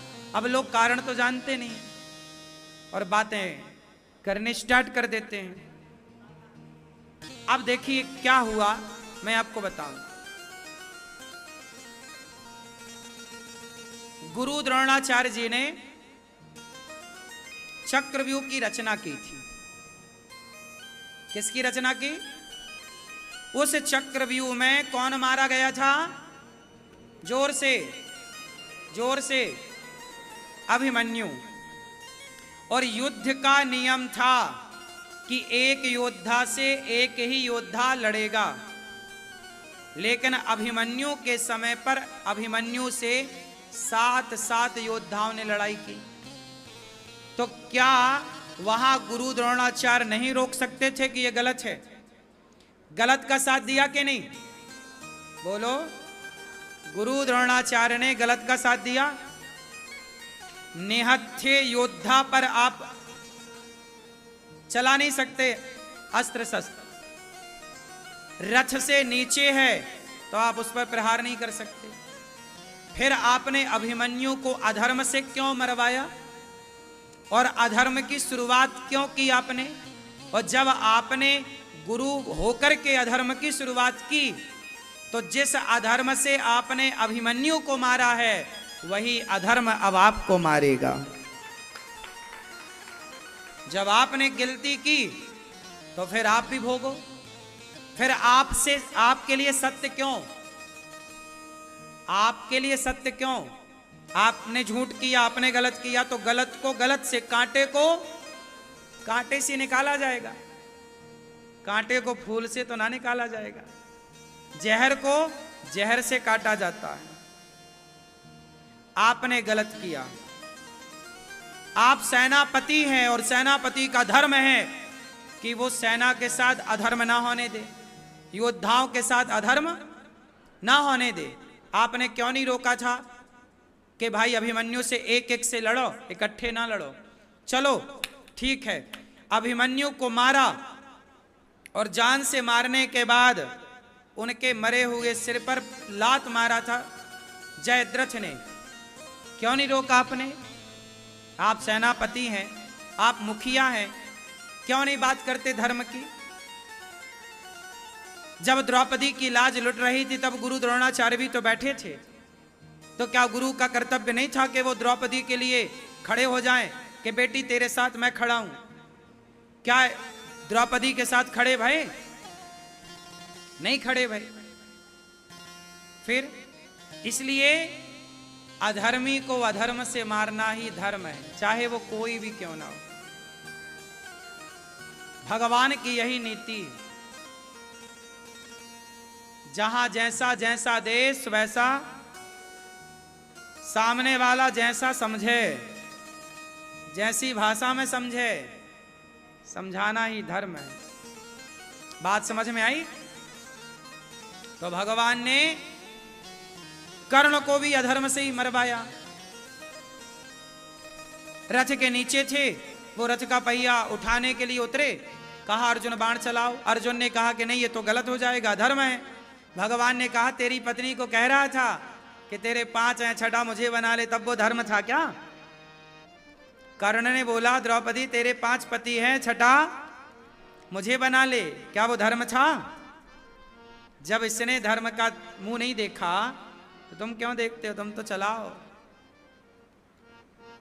अधर्मी को अधर्म से मार देना ही धर्म है, यही कृष्ण का न्याय है, यही न्याय। तुम धर्मात्मा हो तो हम भी धर्मात्मा बनेंगे, तुम धर्म से लड़ोगे तो हम भी धर्म से लड़ेंगे, और तुम अधर्म से। इसलिए हमारा देश गुलाम क्यों बना? कृष्ण की नीति भूल गए लोग, कृष्ण की गीता भूल गए लोग, इसलिए भारत 700 साल तक गुलाम रहा। मुगल आए, मुगलों ने क्या किया? हमारे भारत के राजाओं से लड़ाई लड़ी। भारत के राजा धर्म से लड़ते थे, दिन को लड़ते थे, सामने से लड़ते थे। मुगलों ने क्या किया? सोते हुए मार दिया, पीछे से आके मार दिया। ये सामने से लड़े ही नहीं, पीठ पे खंजर मार दिया। मुगल तो कहते थे कि बस जैसे मिले मारो। और जब आप इन मूर्खों के सामने धर्म लिए बैठेंगे, काम ना। इसलिए धर्म को दोष ना दीजिएगा। कई बार अधर्म से लड़ना भी धर्म हो जाता है। क्यों? हमारे देश में मुगल आए, हमारे राजाओं को चाहिए था कि एकजुट होकर मुगलों को खदेड़ देते, और दिन में हो रात में हो क्या फर्क पड़ता है? आतंकवादियों को तो दिन हो या रात हो, बस मारने से मतलब है। क्यों जी? ऐसा थोड़ी कब आतंकवादी भैया हम दिन में ही मारेंगे और छाती में मारेंगे, नहीं, इनके तो कहीं भी लगे बस लगे। बात सही है। यदि तुम इनके लिए धर्म दे, आतंकवादियों के लिए तुम धर्म का पाठ पढ़ोगे तो पढ़ते रहो। आतंकवादी धर्म नहीं जानते। जब वो धर्म नहीं जानते तो तुम भी धर्म को, अब तुम जैसे उन्हें मारो बस मारो। भगवान कृष्ण ने यही तो कहा, काश कृष्ण की नीति पढ़ लेते राजा, काश कृष्ण की नीति को अपना लेते लोग, तो भारत इतना लंबा टाइम गुलाम ना होता। भाई जैसे मारना मारो, घर में घुस के मारो आतंकवादियों को, मुगलों को, अंग्रेजों को। आप समझ नहीं पाए कृष्ण की नीति। कृष्ण की नीति से चलोगे ना तो सुखी रहोगे। ये दुनिया भगवान राम की नीति थी, लेकिन राम की नीति त्रेता में थी। त्रेता वाली नीति द्वापर में ना चली, इसलिए फिर कृष्ण को अलग नीति अपनानी पड़ी। हाँ या ना? राम जी भेजे थे शांति दूत बना के, जाओ हनुमान समझाओ, जाओ अंगद समझाओ। नहीं माना रावण, अंत में राम को उतरना पड़ा। राम के सामने भी रावण ने अधर्म से, भाई मेघनाथ ने बाण मारा, शक्ति मारी, अधर्म से तो मारा था। माया से छिप गया और मार दिया लक्ष्मण जी को। तब राम जी समझ गए, अच्छा अब तू अधर्म कर रहा, पर राम जी ने अधर्म नहीं किया। लेकर राम जी बोले कि चलो त्रेता में तो धर्म से काम बन गया, पर द्वापर में ना बन पाएगा। इसलिए जब तुम अधर्म करोगे तो फिर हमसे भी धर्म की उम्मीद मत करना। यही न्याय है और यही नीति है। सच को निकालने के लिए कई बार झूठ का सहारा लेना पड़ता है। इसलिए गीता पढ़ो साहब, महाभारत पढ़ो। यदि आप महाभारत पढ़ गए, समझ गए, तो मैं आपको बता दूं, भगवान श्री कृष्ण के एक हाथ में भगवत गीता है और दूसरे हाथ में सुदर्शन है। बोलो हाँ, क्या मतलब हुआ? भाई साहब हम आपको पहले गीता से समझाएंगे। किससे समझाएंगे? गीता से। गीता से समझोगे क्या? तो समझो। और यदि गीता से हम समझ गए कि आप गीता वाली भाषा नहीं समझ रहे हैं, फिर सुदर्शन वाली भाषा से बात करेंगे तुमसे। यदि आप इस नीति को अपनाओगे तो सफल रहोगे। आपको सुदर्शन चलाना भी आए और गीता का पाठ करना भी आए। गीता भी समझो और सुदर्शन भी समझो। ये दुनिया गीता से माने तो भाई साहब गीता से मान जाओ। क्यों मेरी मां? माला जपो। जब तक माला से लोग समझे माला जपो। जब देखो कि सामने वाले माला से नहीं समझ रहे हैं तो भाला निकालना ही पड़ेगा। ना निकालना पड़ता तो कृष्ण को सुदर्शन ना उठाना पड़ता। जब भगवान को सुदर्शन उठाना पड़ा तो हमें और आपको भी गीता के साथ साथ गांडीव की तैयारी कर लेनी चाहिए, वरना फिर रोना मत, अरे भगवान ने तो हमारी रक्षा ही नहीं की। भगवान ने दोनों दिया है आपको, विवेक आपके पास है। बात समझ में आई?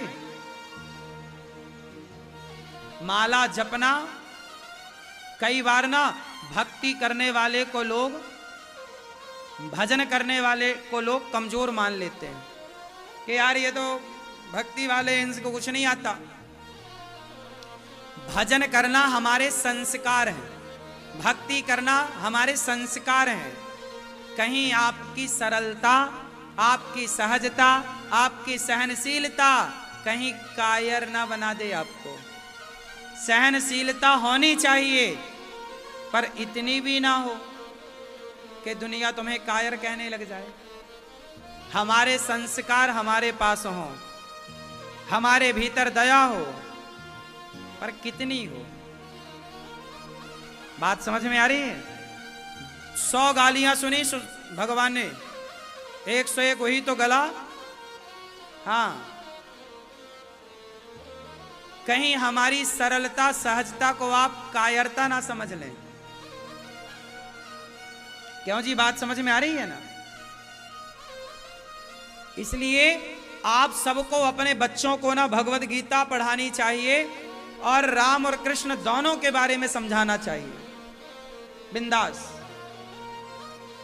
कहां पे हमें सत्य के साथ चलना है, धर्म के साथ, और अधर्म कितना करना है और कहां करना है और किस तरह करना है, क्यों करना है। ऐसे नहीं कि आप अधर्म करते रहिए, अधर्म करोगे तो नाश हो जाएगा। दुर्योधन ने अधर्म किया, नाश हो गया। 1 लीटर दूध में 1 कप पानी तो चलता है। 1 लीटर दूध में 1 कप पानी तो चलता है, पर 1 लीटर दूध में 1 लीटर पानी नहीं चलता। क्यों मेरी मां? 90% धर्म में 10% अधर्म चलेगा। धर्म की मात्रा आपकी सदा ज्यादा हो। इसका अर्थ ये ना समझ लेना कि आपको अधर्म करना है। अधर्म रावण ने किया, नाश हुआ। दुर्योधन ने किया, सर्वनाश हुआ। अधर्म सर्वनाश तक पहुंचाएगा, पर अधर्म वहां धर्म बनता है जहां धर्म के लिए, धर्म की रक्षा के लिए अधर्म का यदि आश्रय लिया जाए तो वहां अधर्म भी धर्म हो जाता है। बताओ, भगवान श्री कृष्ण ने जहां जहां अधर्म का आश्रय लिया वहां वहां किसके लिए लिया? धर्म के लिए। तो कहीं आपका अधर्म अधर्म के लिए ना बन जाए। गुरु द्रोणाचार्य ने एकलव्य से अंगूठा क्यों मांगा? गुरु द्रोणाचार्य ने एकलव्य से अंगूठा क्यों मांगा, बताओ जरा। क्योंकि गुरु द्रोणाचार्य त्रिकालदर्शी थे। वो जानते थे कि ये एकलव्य कौरवों के साथ खड़ा हो जाएगा, और कौरवों के साथ खड़े होने का मतलब है कौरवों की शक्ति डबल। इसलिए गुरु द्रोणाचार्य ने कहा कि भैया एक काम कर, तू अपना अंगूठा मुझे दे दे। अंगूठा मुझे दे दे का मतलब यह था कि तू युद्ध ना करना, तू ना पांडवों के साथ खड़े होना, ना दुर्योधन के साथ खड़ा होना। बात समझ में आई? क्योंकि गुरु द्रोणाचार्य का वहां पर अंगूठा मांगना उनके हिसाब से उन्हें लगा कि भाई कहीं दुर्योधन की ताकत ना ज्यादा हो जाए। पर चूंकि वो गुरु थे और गुरु का ये काम बिल्कुल निंदनीय है कि आप अपने शिष्य का अंगूठा मांग लें, इसलिए शिष्य का अंगूठा मांगा। इसलिए गुरु जी की भी गर्दन उड़ गई, गुरु द्रोणाचार्य जी की। तो जैसे को तैसा दंड तो मिला ना। आपने शिष्य का अंगूठा मांगा, गलत किया ना? बोलो, गलत किया ना? और जब गलत किया किसी के साथ तो आपके साथ क्या हुआ? गलत हुआ ना। इसलिए गुरु द्रोणाचार्य का सिर गलत तरीके से काटा गया। क्यों काटा गया? क्योंकि आपने भी गलत तरीके से अंगूठा कटवाया था। तो जैसे को तैसा, ये न्याय। यही तो समझना है चीजों को कि आपने गलत किया है तो आपके साथ गलत होगा। फिर मत रोइएगा, फिर दोष ना दीजिएगा किसी को।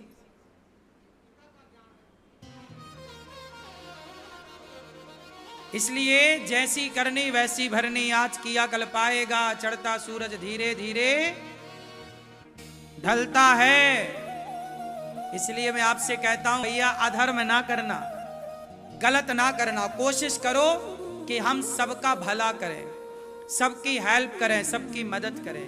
भगवान श्री कृष्ण ने जो किया वो किस परिस्थिति पर किया, क्या स्थितियां थी, क्या सिचुएशन थी, वो आपको यदि विचार करना आएगा तब तो आप सही दिशा पर चलेंगे।